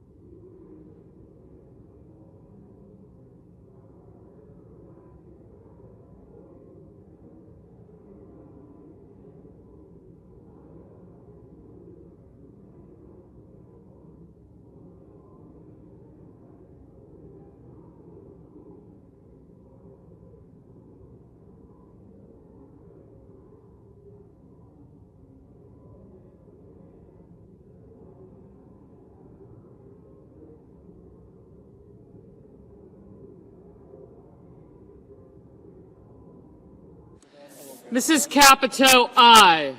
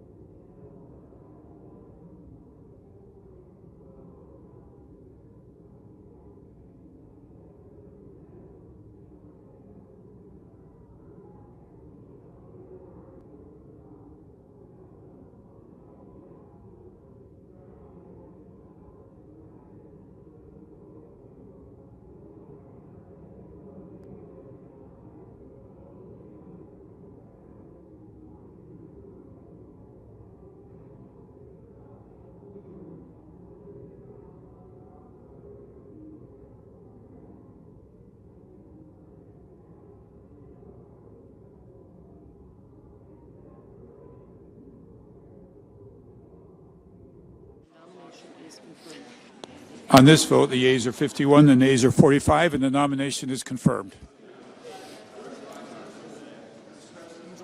Majority Leader. Mr. President, I ask unanimous consent that with respect to the Lutnick nomination, the motion to reconsider be considered made, laid upon the table, and the President be immediately notified of the Senate's action. Without objection. Mr. President, I move to proceed to legislative session. The question is on the motion to proceed. All those in favor say aye. Aye.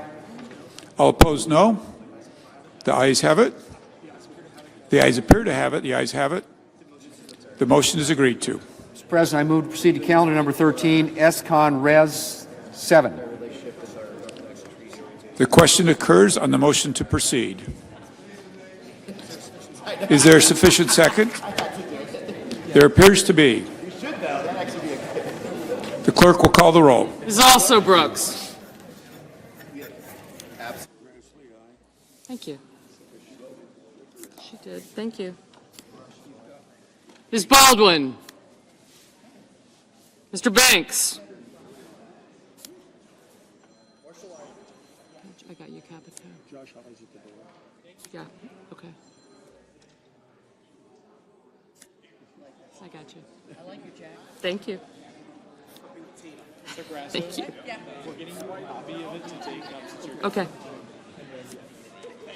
You're welcome, of course, Mr. Durbin. Yeah, I get him. I know.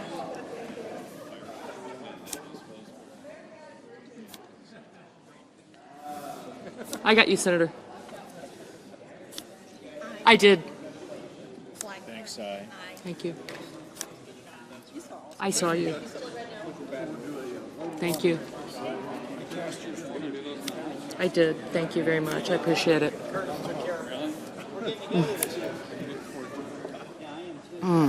Okay.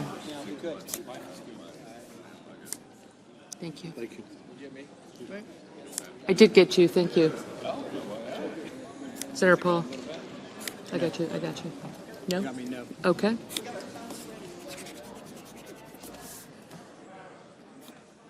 Shaheen, I got you. Yep. Thank you very much. Thank you. I did. Thank you. I'll get you. Thank you. Thank you.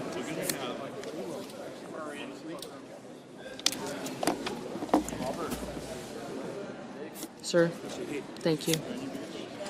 I do. Thank you. I did get her. Hold on a second. Okay, gotcha. Thank you. Okay. Thank you. This is waiting back there. I know, but everybody has to wait. No, not yet. Thank you. Thank you. Thank you.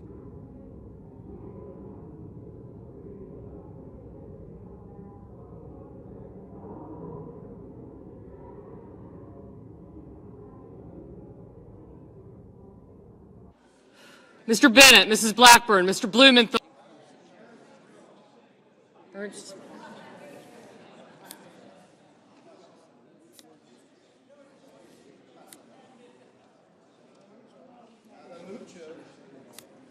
No. Thank you, sir. Ms. Blunt Rochester. Mr. Booker, Mr. Bozeman, Mrs. Britt, Mr. Budd.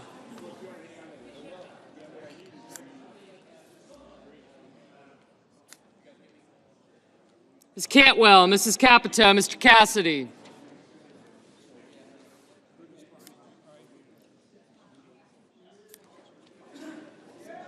Ms. Collins, Mr. Coons. Mr. Cornyn, Ms. Cortez Masto, Mr. Cotton, Mr. Kramer.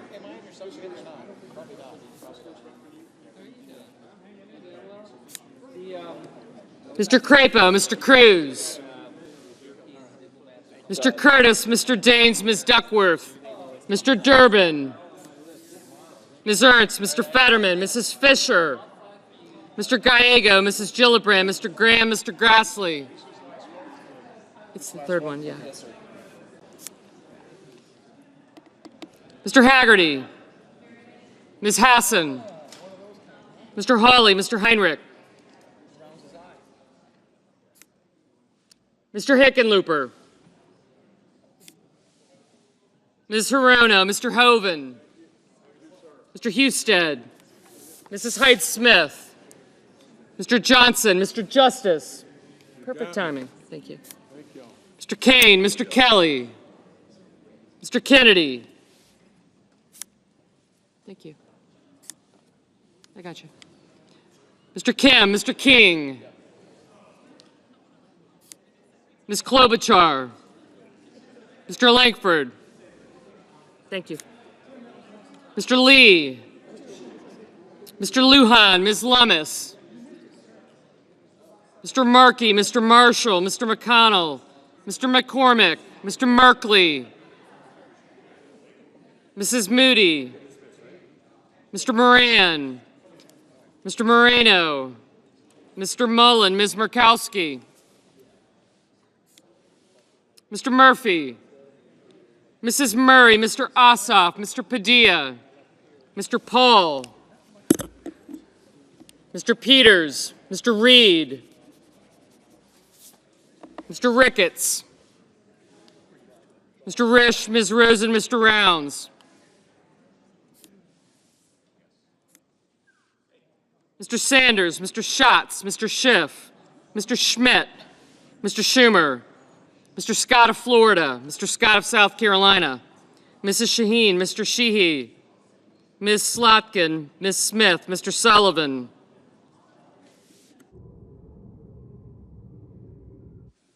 thank you, Mr. Thune, Mr. Tillis, Mr. Tuberville, Mr. Van Hollen,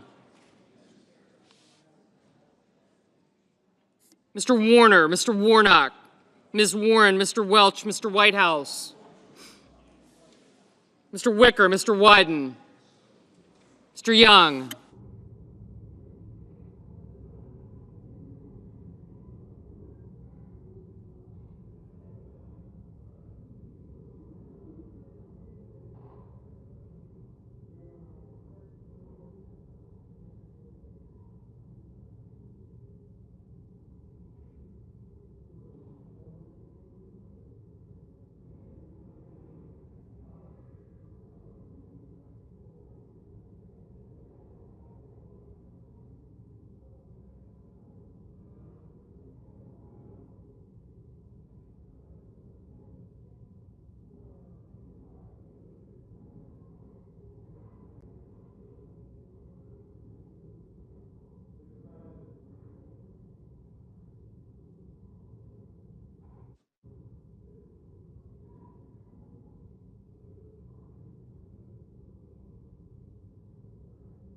Senators voting in the affirmative: Banks, Barrasso, Blackburn, Bozeman, Britt, Capito, Cassidy, Collins, Cornyn, Cotton, Kramer, Crapo, Cruz, Curtis, Daines, Ernst, Fisher, Graham, Grassley, Haggerty, Hawley, Husted, Hyde-Smith, Johnson, Justice, Kennedy, Langford, Marshall, McConnell, McCormick, Moreno, Mullin, Risch, Rounds, Scott of Florida, Scott of South Carolina, Sheehy, Thune, Tillis, Tuberville, Wicker, and Young. Mrs. Moody, aye.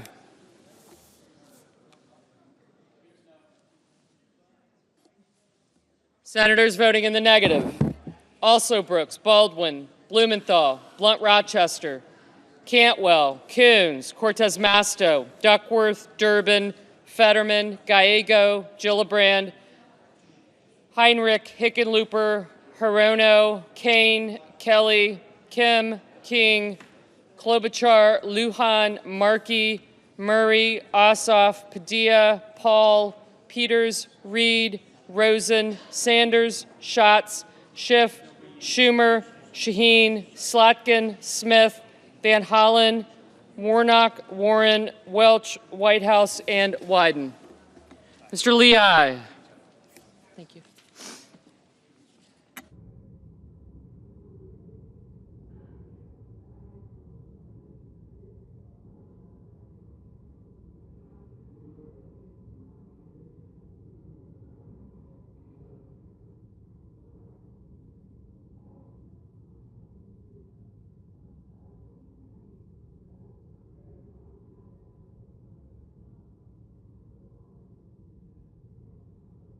Mr. Bennett, no.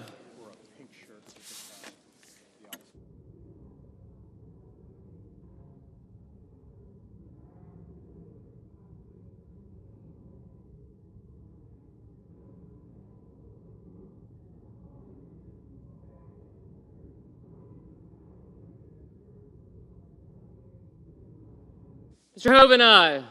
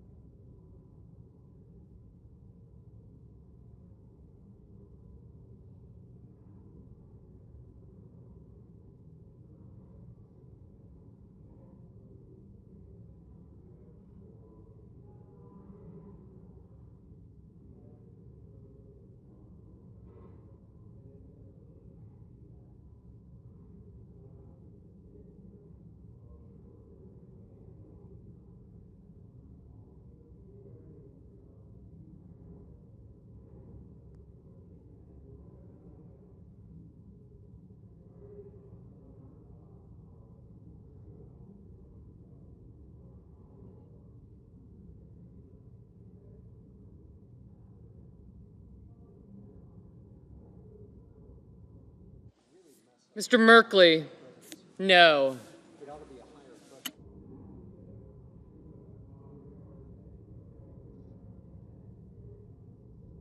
Mr. Warner, no.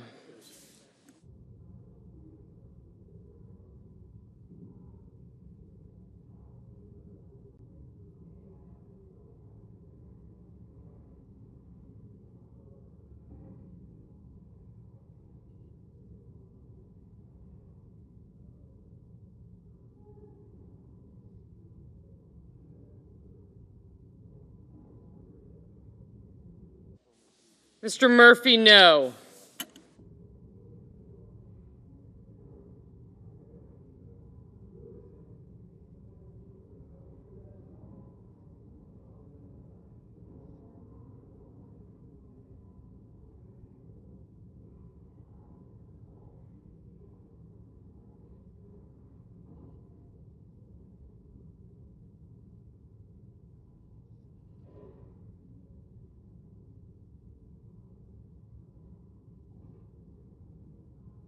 Mr. Budd, aye.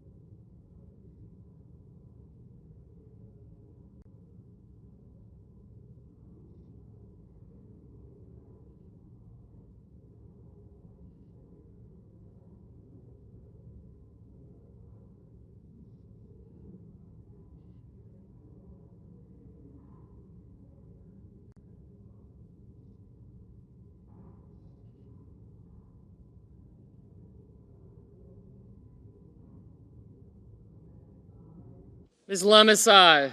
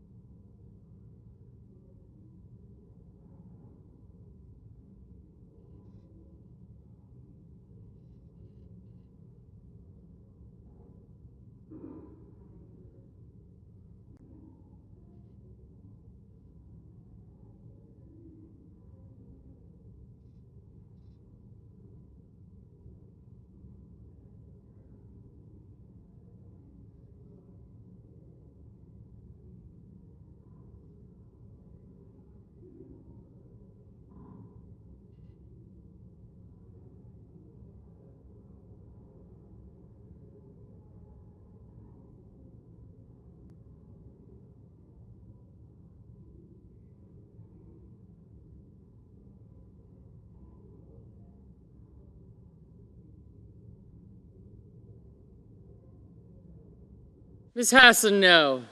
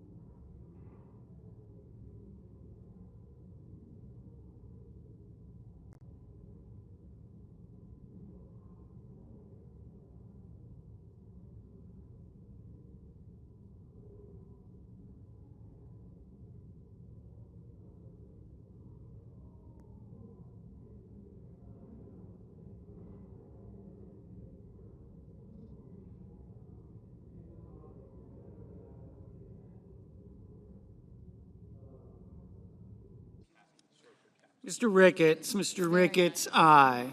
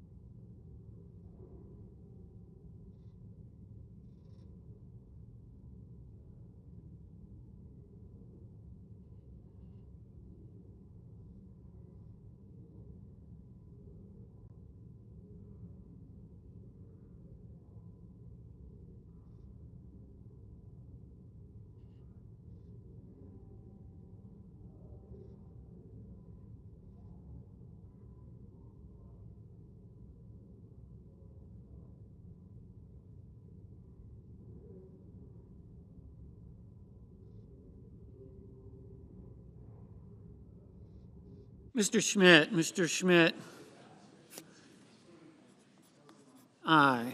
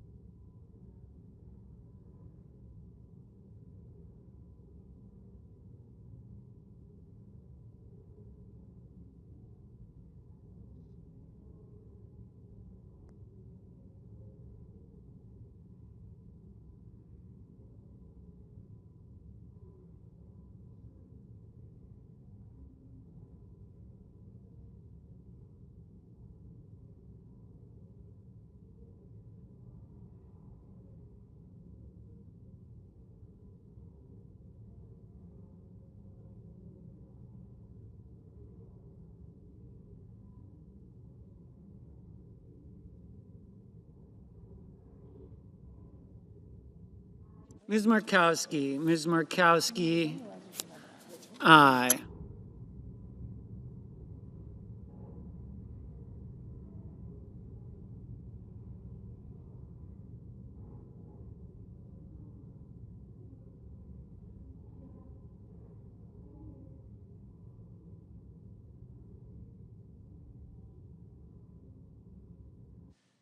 The yeas are 50, the nays are 47, and the motion is agreed to. The clerk will report the concurrent resolution. Calendar number 13, S-Con Res 7, concurrent resolution setting forth the congressional budget for the United States government for fiscal year 2025, and so forth.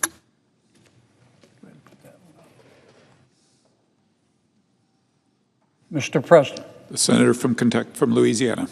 Thank you, Mr. President. Mr. President, with me today is my colleague from my office, Mr. John Lowry, and I appreciate his help. Last week, Mr. President, I spoke a few minutes about the Corporation for Public Broadcasting. We call it CPB, and the Public Broadcasting Service, most people know of that as PBS, and the National Public Radio, which most people know as NPR. And I'm not going to repeat everything I said last week, but I do want to revise and extend my remarks. The United States Congress created the Corporation for Public Broadcasting back in the 60s, 1967, I think. Those were very different times. There was no internet. There was no Facebook. There was no Twitter. There was no cable TV. There were no podcasts. There were basically a handful, maybe a few more, of radio stations throughout America. And television was still pretty new. There were 3 main television stations with local affiliates. And many Americans, particularly in rural areas, didn't have access to radio and television for their news, because that's all there was. I remember those days. And so Congress decided to start providing money for what it called at that time public broadcasting, to make sure that everybody had access to news through radio and television, even if they didn't live in their big city. And Congress intended that news be news, factually based. Now, those were the days in America of true journalism. I remember them. Perhaps you do too, Mr. President. Those were not the days that we experience today, opinion journalism, where young journalists are taught to report on who, what, when, where, how, and their opinion. Those were days when the news was really the news, and it was fair and balanced. So the United States Congress created the Corporation for Public Broadcasting, CPS.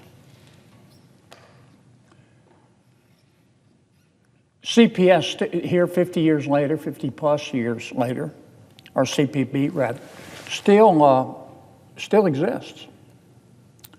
And here's its relationship, CPB's relationship to NPR and PBS. We give CPB, the Corporation for Public Broadcasting, about $500 million a year. A lot of money. And Corporation for Public Broadcasting turns around and picks certain local television and radio stations and gives most of that money to them And then those local television and radio stations, the chosen few that get money from the American taxpayer through the Corporation for Public Broadcasting, buy programming and content from two other organizations. If they're a radio station, they buy it from NPR.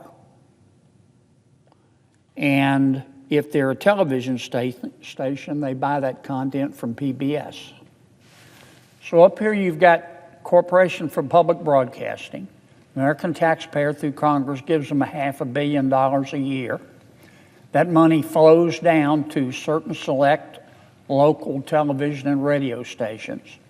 And those local television and radio stations then buy content from NPR, if they're a radio station, or PBS, if they're a TV station, which were loosely affiliated with the Corporation for Public Broadcasting. Since this scheme was established, the American taxpayer has given all of these entities about, $14.5 billion. $14.5 billion. That would be enough to build 2,700 miles of paved roads throughout America. And I base that on the roads I'm talking about are not gravel roads, they're regular paved roads, 10 feet each lane, actually 12 feet each lane with a 3-foot shoulder on each side. But instead of building 2,700 miles of roads in our rural areas and in our urban areas that need infrastructure, we've decided to give this money to CPB, which gives it to the local stations, which gives it to PBS and NPR. I mentioned the local stations. Only a select few local stations get this taxpayer money.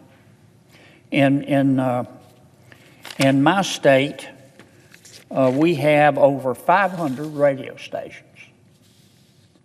Corporation for Public Broadcasting, in its unfettered discretion, only picks 7 to give the money to. The other 493 get nothing. We have over 150 TV stations in Louisiana.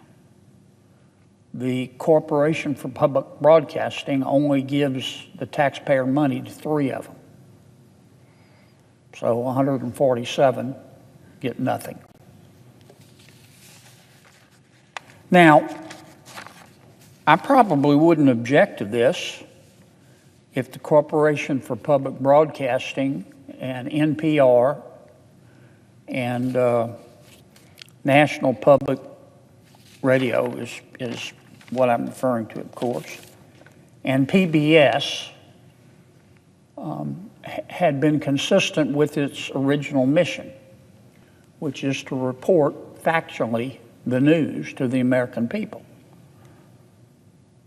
Government doesn't need to subsidize the media anymore because the world's changed. 97% of the people in America have the internet. But I still probably wouldn't object that much if the reporting by these entities was fair and was balanced, but it is not. No fair-minded person in America can look at this programming and believe that it's unbiased. It is decidedly prejudiced in favor of one point of view. That's not just my opinion. I think most Americans would agree with that.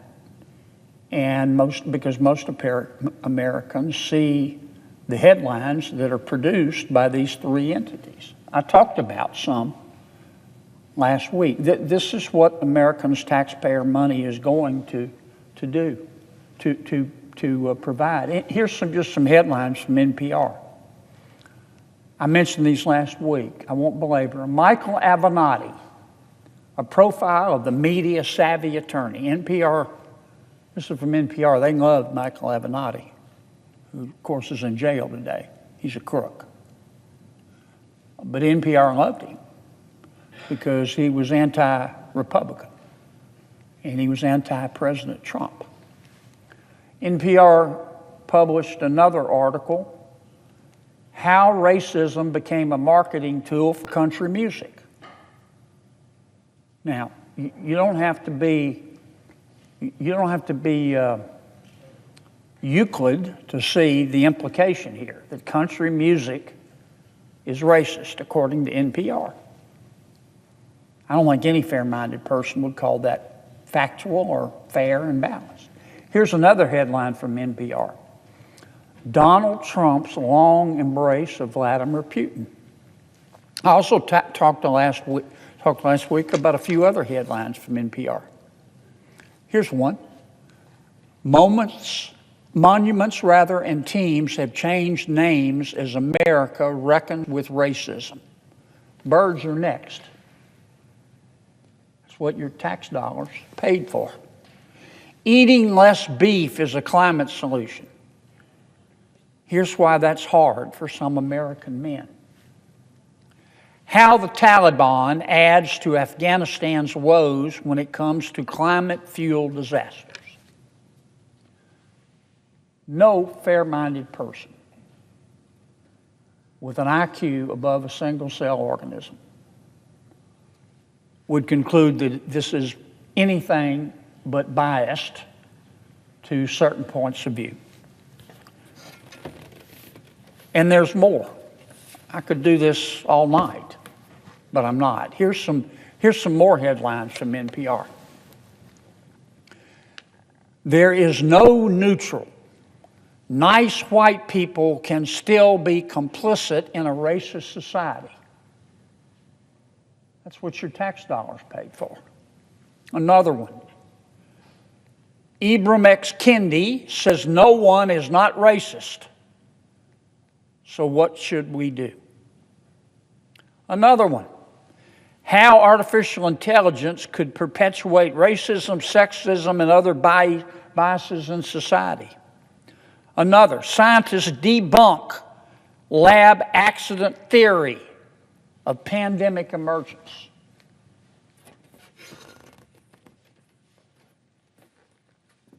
Here's another one. As Trump pushes theory of virus origins, some see parallels to lead up to Iraq war. Your tax dollars at work. As U.S. confronts Russia, Trump's admiration of Putin is consistent. Another headline from NPR. The history of policing and race in the United States are deeply intertwined. Another. After Biden's debate performance, the presidential race is unchanged. This was the debate performance that President Biden gave, after which he got out of the race. If you believe that headline, you believe in the Tooth Fairy and the Easter Bunny and that Jimmy Hoffa died of natural causes. But that's what NPR reported with your tax dollars. Here's more. Democracy on Trial, Part 1. A blueprint for the case against Trump. Is that fair and balanced? It's from PBS. Racism in the era of Trump, an oral history, another headline. January 13th, 2020. Another. This one's really special. A serial liar. How Sarah Palin ushered in the post-truth political era in which Trump has thrived.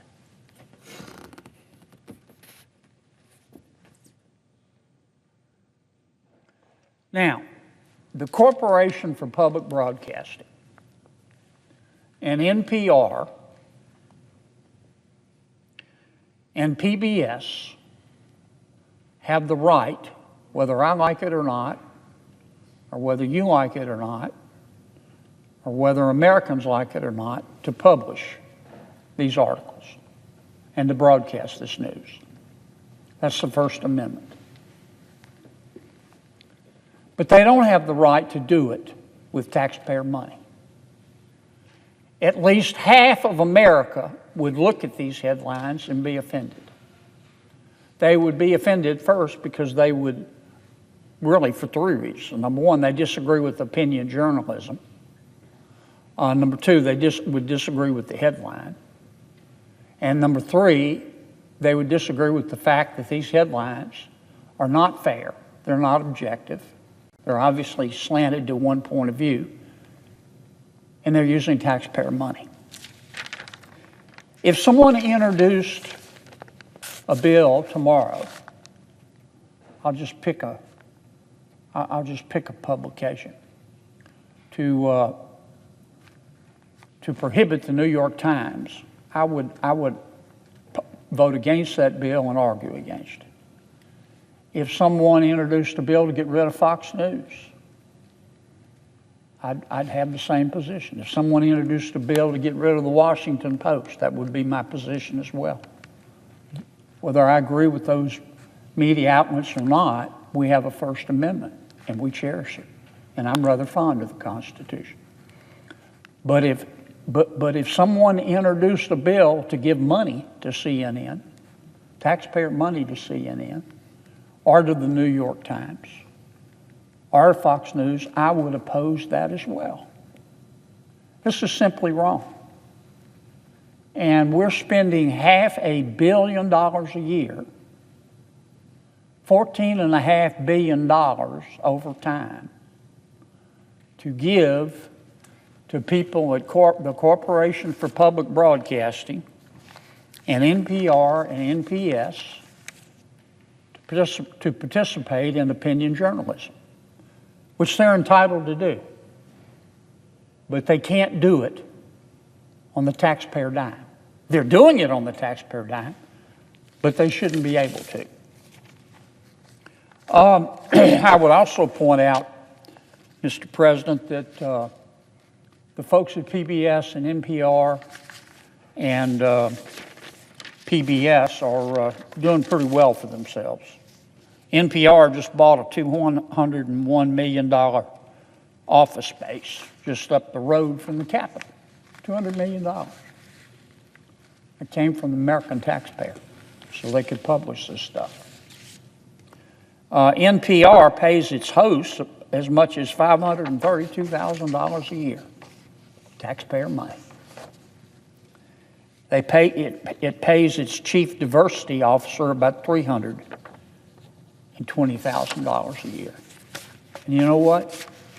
Despite all of this money that the American taxpayer are giving to these left-of-center entities, their viewership has declined because people don't need them anymore.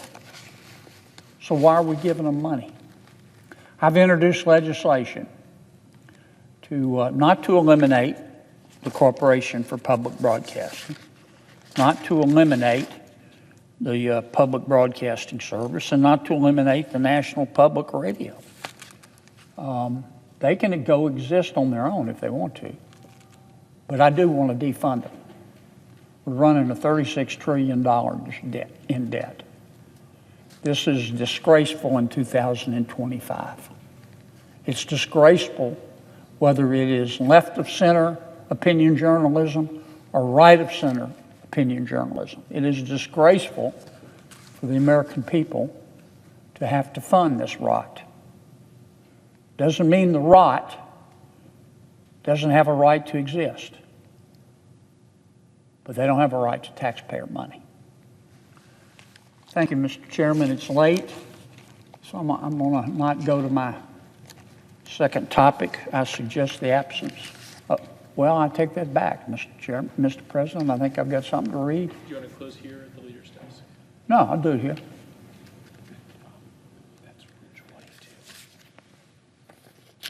You want me to read the whole thing? You have to read all these pages. Sorry. Where's Stone?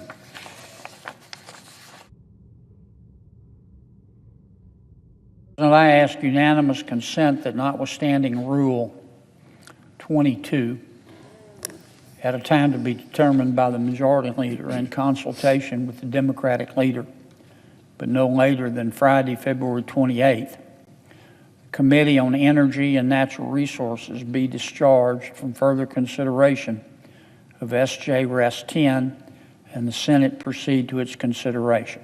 Further, that there be 6 hours for debate only with the time equally divided between the leaders or their designees on the joint resolution. And that following the use or yielding back of that time, the joint resolution be read a third time and the Senate vote on the joint resolution with no further intervening action or debate. Is there objection? Without objection.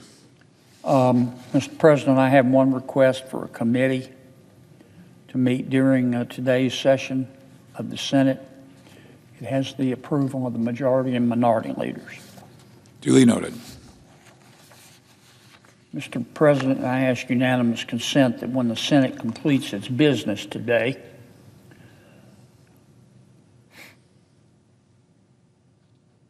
or tomorrow, it stand adjourned until 10 o'clock a.m. on Wednesday, February 19th. That following the prayer and pledge, the journal of proceedings be approved to date, the morning hour be deemed expired, the time for the two leaders be reserved for their use later in the day, morning business then be closed, and the Senate resume consideration of Cal number 13, S-Con Res 7. Further, that at 12 o'clock noon, the Senate execute the order of February 13th in relation to the Loeffler nomination, and that following disposition of the Loeffler nomination, the Senate recess until 2:15 to allow for the weekly conference lectures. Finally, that all time during recess and adjournment count equally towards Cal number 13, S-Con Res 7, and that if any nominations are confirmed during Wednesday's session, the motions to reconsider be considered made and laid upon the table, and the President be immediately notified of the Senate's action. Is there objection? Without objection. Mr. President, is it Wednesday yet? Feels like it. Of course. I got over here to vote at 5 o'clock. Mr. President, if there's no further business to come before the Senate, I ask that it stand adjourned under the previous order following the remarks of Senator Markwayne, Without objection. to whom I apologize for him having to wait so long because of our inefficiencies.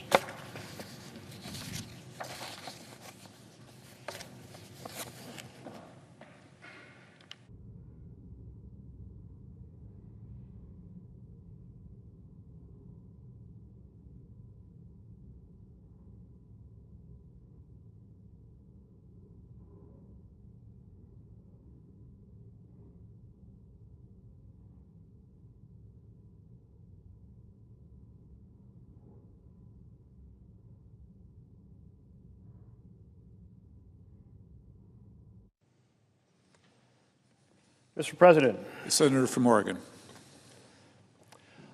this evening we had a vote on the motion to proceed to the Republican budget resolution, and that passed. It's a simple majority vote. And this budget resolution has a very simple, straightforward theme. Families lose and billionaires win. The plan is simple. Slash programs for families, give massive tax giveaways to millionaires and billionaires, and run the country deeper into debt. That is not a plan that my constituents back home would vote for or support. They don't want to see the programs that enable families to stand on their feet be slashed or destroyed. They don't think that our mega millionaires and billionaires need more massive giveaways, and they certainly don't want to see the debt run up in the process. But that's where we are. Now, my Republican colleagues might say, well, not so fast. This bill is really about securing our border and national defense. But don't let that fool you. Senate Democrats are happy to entertain an appropriation bill to address these issues. In fact, we had a strong bipartisan defense spending bill in the Appropriations Committee last year. Senate Democrats also supported a bipartisan immigration bill, and that was just a year ago May. But the bill was killed.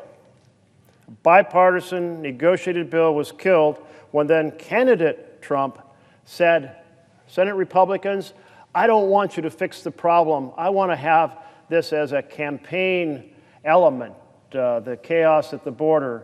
So don't fix it. So it was killed. So you have Democrats ready to work on national defense as we have in the past and willing to work on security at the border. So this bill is not about that. This bill is about this: slashing programs for families, giving massive tax giveaways to the richest Americans.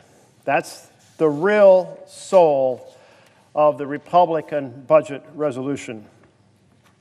Now, this resolution proposes over $9 trillion in cuts to programs.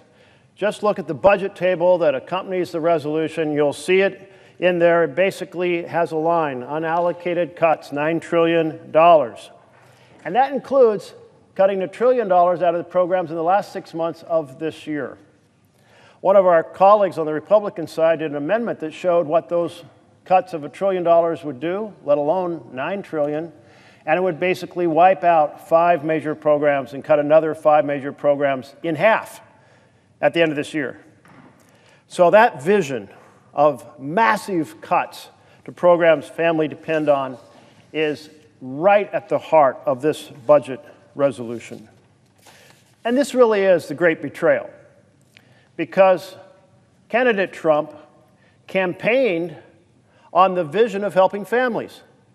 But now that he's in office, he's reverting to the same plan he had in the last year of his first administration, which is slashing programs for families and giving massive tax cuts to mega millionaires and billionaires. We've seen this movie before, and the movie's director is a man named Russell Vought. He was head of OMB in the Trump administration the first time round, and who has Trump nominated to put in the place of the director of OMB, and now been confirmed by the Senate, but the same man, Russell Vought. And do we see the architecture of this plan anywhere else? Well, yes, we do. It's called Project 2025. That plan that President Trump said he didn't know anything about, but it was his director of OMB who was the architect of the plan, and it's that plan that's being implemented right now. And what is that plan? That plan is the great betrayal. Slash the programs for families, give tax giveaway to the richest Americans. Now, in the Budget Committee, we had a chance to examine this plan and propose amendments to it. We proposed 44 amendments, and all of them were voted down on a party line. So that was quite disappointing, because really what we were about was to say, hey, to our Republican colleagues, if you want to protect families, and this program isn't really about slashing programs for families, then vote with us to protect those programs. Well, so we put up amendment after amendment to protect those programs. One was about the cost of groceries. Democrats said, don't allow provisions into this bill that are going to drive up the cost of groceries. Democrats voted for protection. Republicans voted it down. Democrats said, don't put provisions into this bill that are going to cut Medicare or Medicaid or Social Security or in any other way make health care more expensive. Democrats voted for that protection. Republicans rejected it. Democrats put forward an amendment for provisions that would, against provisions that would raise the cost of rent or raise the cost of buying a home. Republicans on the committee rejected it. Democrats put forward an amendment to protect or hopefully lower the cost of drugs, and Republicans rejected it. Democrats put forward an amendment that said don't make changes in the law when this bill comes back that will increase the cost of going to college, and Republicans rejected it. Protecting the National School Lunch Program, Republicans rejected it. Protecting families against an increase in child care, Republicans rejected it.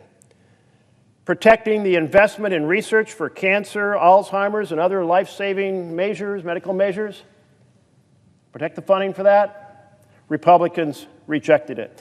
Now, if this bill wasn't about slashing all those programs, why would Republicans vote against all those things? If they actually wanted to protect families, the programs that provide the foundation for families to be on their feet, to thrive, to move in the middle class, to prosper, why would they vote to open the door to slashing all those programs? And then we see that they're racing their House counterparts. At 10 a.m. last week, when we considered in committee the Republican Senate budget resolution, the House proceeded to put forward, and they're just down the hallway through this door over here, the House at the end of the hallway, they put forward their own budget resolution. Very, very similar, except in magnitude. And the House bill provides even more tax cuts for the richest Americans than does the Senate bill. So the stakes couldn't be higher. Where are we headed? Are we headed towards a bill this year that is going to make the rich richer, increase income inequality, proceed to help the wealthy run this country by and for the powerful, and undermine the vision of government by and for the people? That is exactly where the Republican budget resolution is headed. And if you kind of want to make sure that you really understand how true this is, think about the fact that the last budget presented by President Trump in his first term, his first 4 years, which was written by his current OMB director, Office of Management and Budget Director, Russell Vought, that had exactly the same architecture. It proposed slashing $1 trillion over a decade from programs for families.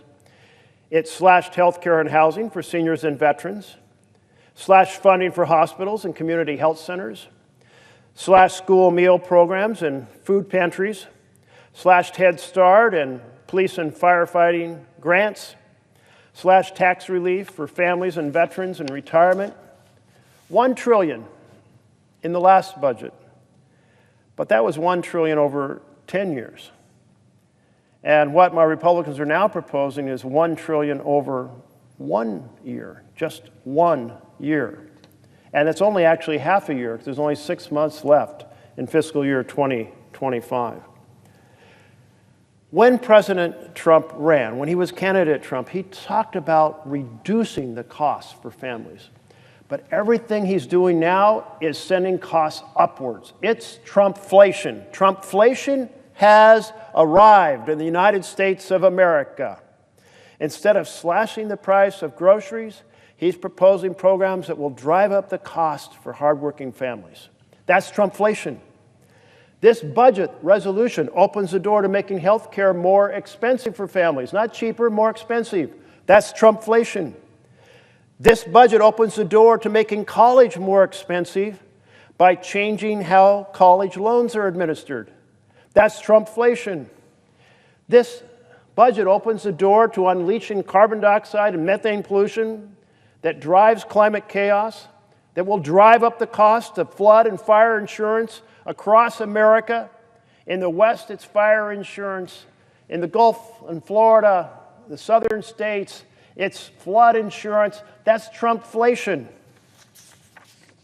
This budget opens the door to increasing the cost of child care, something working families really struggle with. It's Trumpflation. It opens the door to increasing the cost of prescription drugs. Trumpflation has arrived. Now, in each of these areas, we said don't do it. We said don't proceed to put into this budget resolution, opening these doors to these assaults on American families. Democrats said it in every way we could, and Republicans said nope. We want to cut those programs. We're not closing those doors. Now, I know American families don't agree with this vision. My office, the office of every senator here, every senator represented by their desks in this room, every office is receiving thousands of phone calls. I had a couple days last week, I got over 2,000 phone calls from Oregon. 2,000, that's an incredible number. And we had so many members of the team working, trying to answer every call live, but we couldn't keep up, even though my team has a highly coordinated ability to expand the number of people answering the phone. We couldn't keep up because people are so disturbed about this vision for America, this vision of attacking families and gold-plating billionaires. That's not an American vision, but it's the vision of President Trump. And then we have the second piece, the tax giveaways. The Senate budget resolution proposes $3.7 trillion in tax giveaways. To mega millionaires and billionaires get most of that. Just like in the first Trump tax cut proposal, tax giveaway proposal. It was something like 80% went to the top 10% in America. Well, I know that Elon Musk doesn't need more of our Treasury money. I know that the richest Americans, the mega billionaires, they don't need more of our Treasury and to run up our debt, but that's what this proposal does.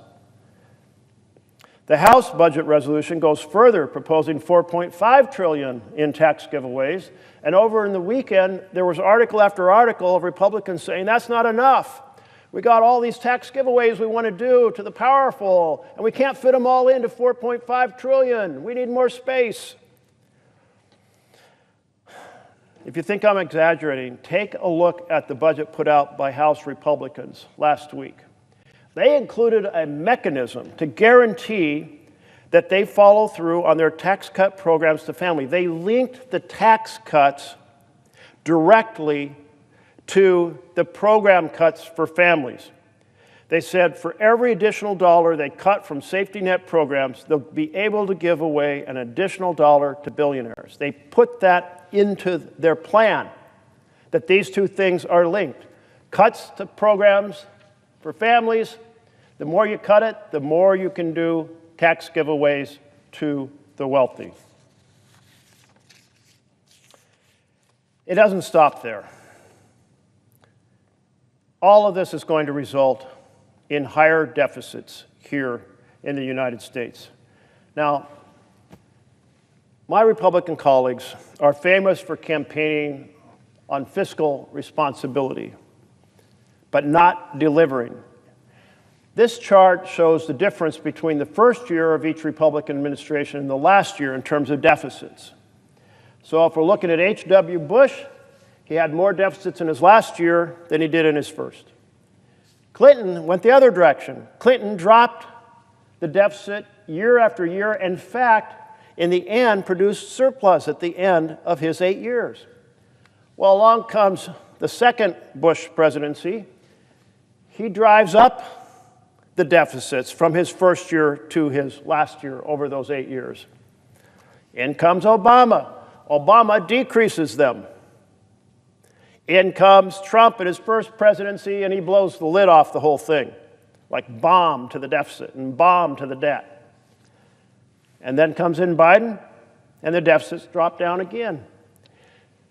This is the pattern. You've seen this movie before. It's often said, fool me once, shame on you. Fool me twice, shame on me. Well, Americans, you've been fooled time and time again, and you're being fooled again, and it's all embedded in this budget resolution that is on the floor of the Senate right now. I find it just so remarkable that Democrats deliver on decreasing deficits, but somehow, through the magic of marketing, selling the sizzle instead of the steak, giving the talk instead of doing the walk, Republicans somehow still present themselves as fiscally conservative. Well, I encourage my colleagues to say, we're going to keep putting a spotlight on the fact that deficits are going to go up under President Trump, just as they have under every previous Republican president going back decades.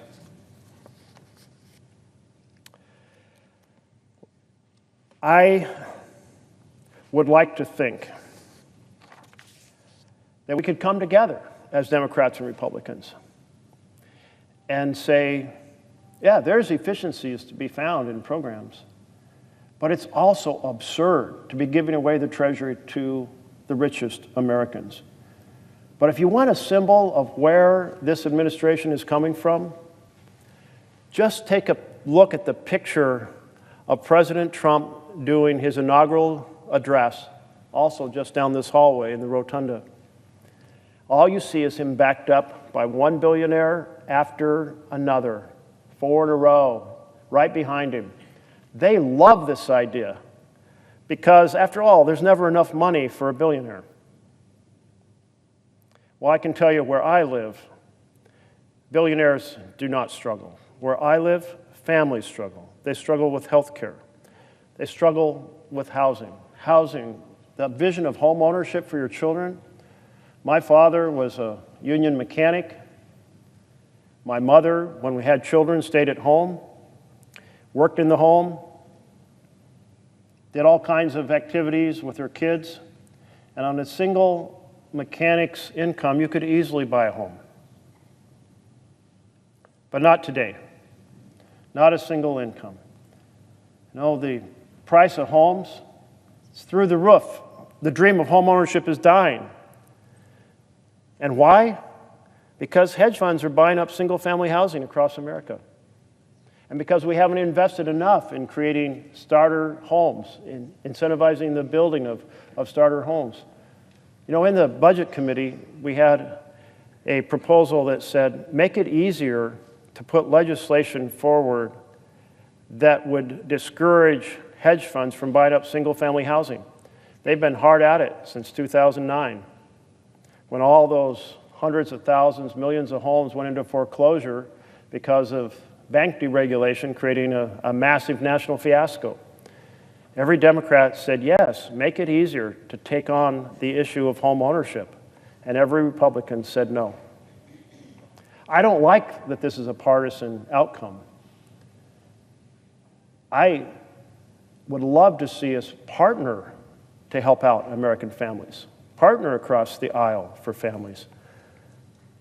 But we have an administration that is all about the rich and making them richer.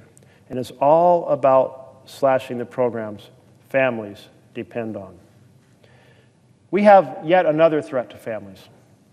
And that threat is the concentration of authoritarian power in the White House in a way we haven't seen in the entire history, almost 250 years of our republic. We have a president who has a thirst for authoritarian power, who admires Xi in China, admires Putin in Russia, sends his vice president over to Munich just days ago to badmouth the democracies of Europe that share our values of freedom of speech and freedom of religion and freedom of assembly. Wow. But we not only have a president who admires authoritarian figures, admires dictators, he's acting like a dictator right here. He's breaking the law, and he's violating the Constitution. he proceeded to say, I'm going to cut all these programs that I don't like. Well, you know what? He doesn't have that power. We have what's called separation of powers in America. It means Congress sets the law, and then we have an executive, the president, who implements it. Now, President Nixon, you remember him, you remember Watergate, you remember the impeachment, remember the conviction, remember the resignation. Actually, never got to conviction because he resigned first. What did he do? He said, I'm going to be a bit imperial, and I'm going to not provide the funds that Congress told me had to be provided to various programs. And you know what? The courts said, hell no, you can't do that. We have, it's called a republic. It's called separation of powers. It's called what it says in the Constitution, that Congress writes the law and the president executes it. Now, the president can request Congress to change a program that's already been authorized, already in the law. It's called a rescission. He sends a note over to Congress and says, you know, we don't need to spend as much money as you all appropriated for this program, or maybe that nuclear warhead we were going to refurbish has no longer got the right one for the right missile, so we can cancel that program. And he can send those over to us. But he doesn't get a line item veto. He doesn't get a line item reduction. In fact, in 1996, Republican Congress provided a line item veto power to the president, and the Supreme Court said, no, you can't delegate that authority. If you violate that line between Congress making the law and the president executing it, you have destroyed the separation of powers, which is the heart of every democracy. It's that thin line of Congress making the laws that is the difference between a democracy and a dictatorship. And it's under assault. We're in the middle of a constitutional crisis. If you look at the speech that President Trump gave at the inauguration in the rotunda down the hall, he didn't talk about a vision in which he was going to work with Congress to get it implemented, pass laws to make it happen. He talked about executive order after executive order, what he was going to do. That's the mind of an autocrat. That's a king, not a president. That is a threat to our Constitution. It's a threat to our republic. He's issued more than 60 executive orders, bypassing Congress entirely. And he went further. He handed the keys to the data systems across America to Elon Musk. Now, Elon Musk was not elected. He was not confirmed by the Senate, has no independent oversight. Elon represents a concentration of power we have rarely seen. First, his power by being the CEO of large companies like SpaceX and Tesla and Starlink.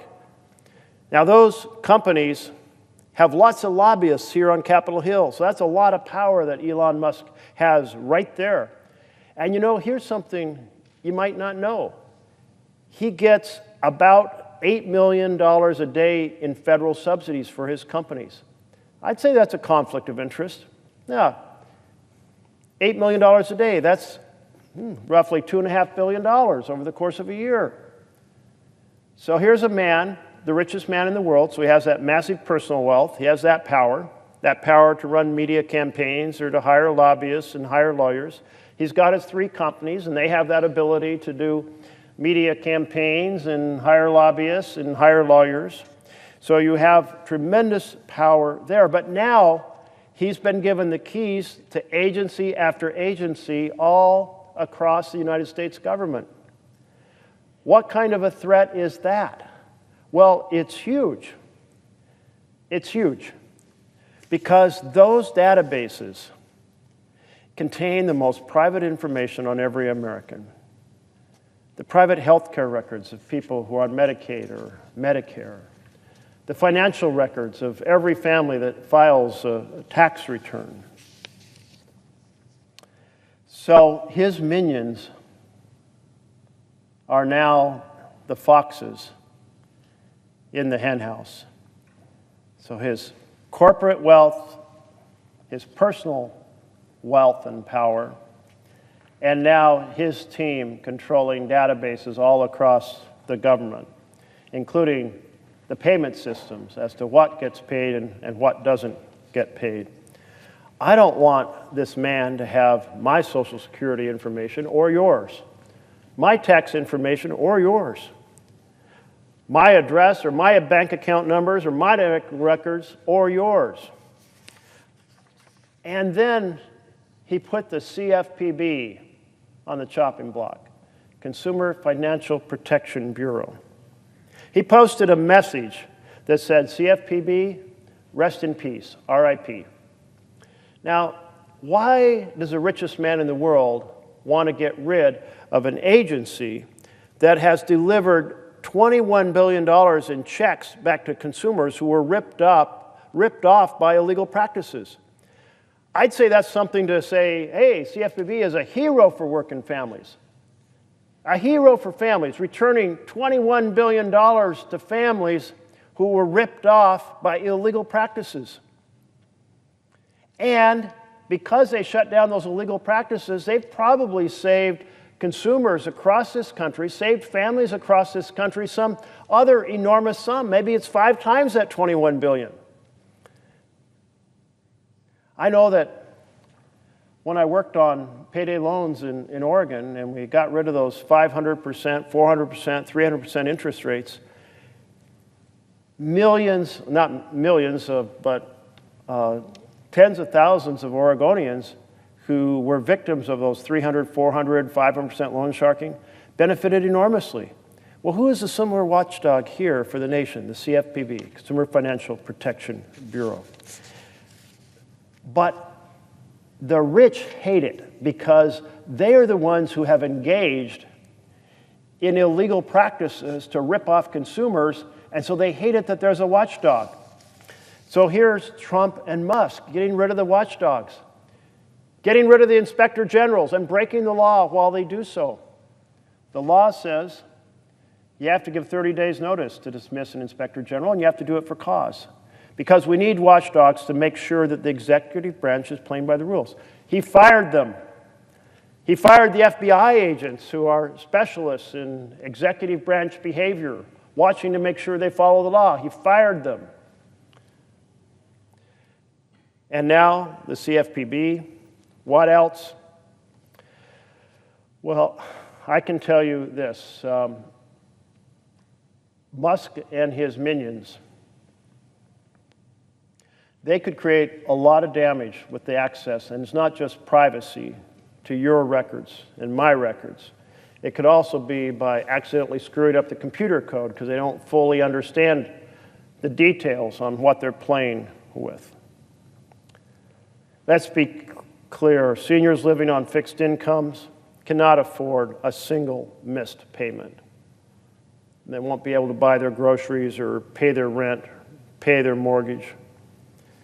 This chaos unleashed by Trump, unleashed by Musk, is illegal, unconstitutional, and just plain corrupt.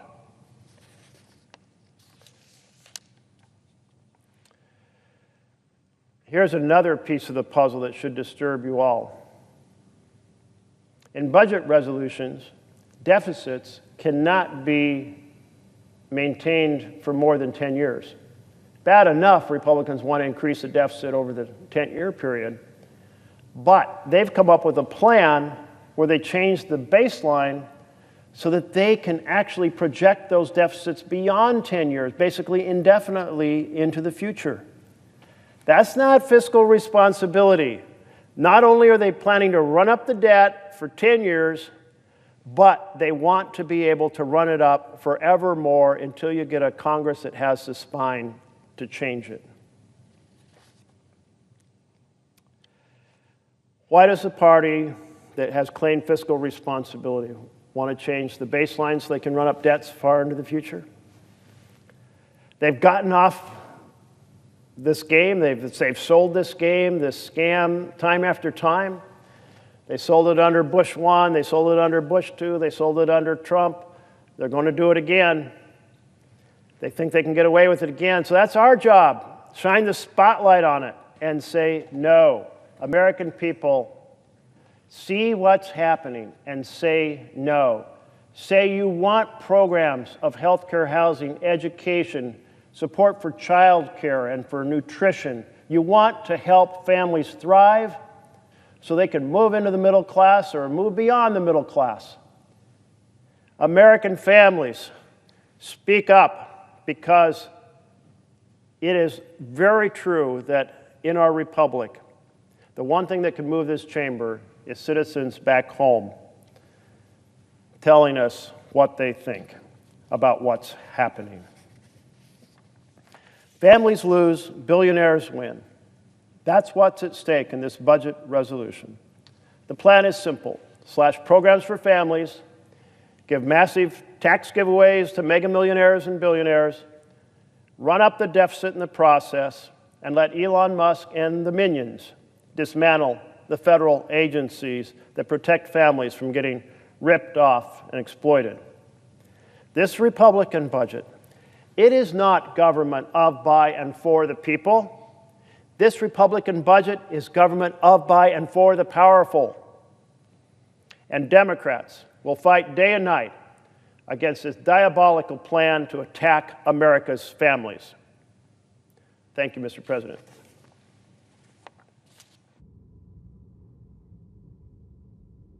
Stands adjourned until 10 a.m. tomorrow.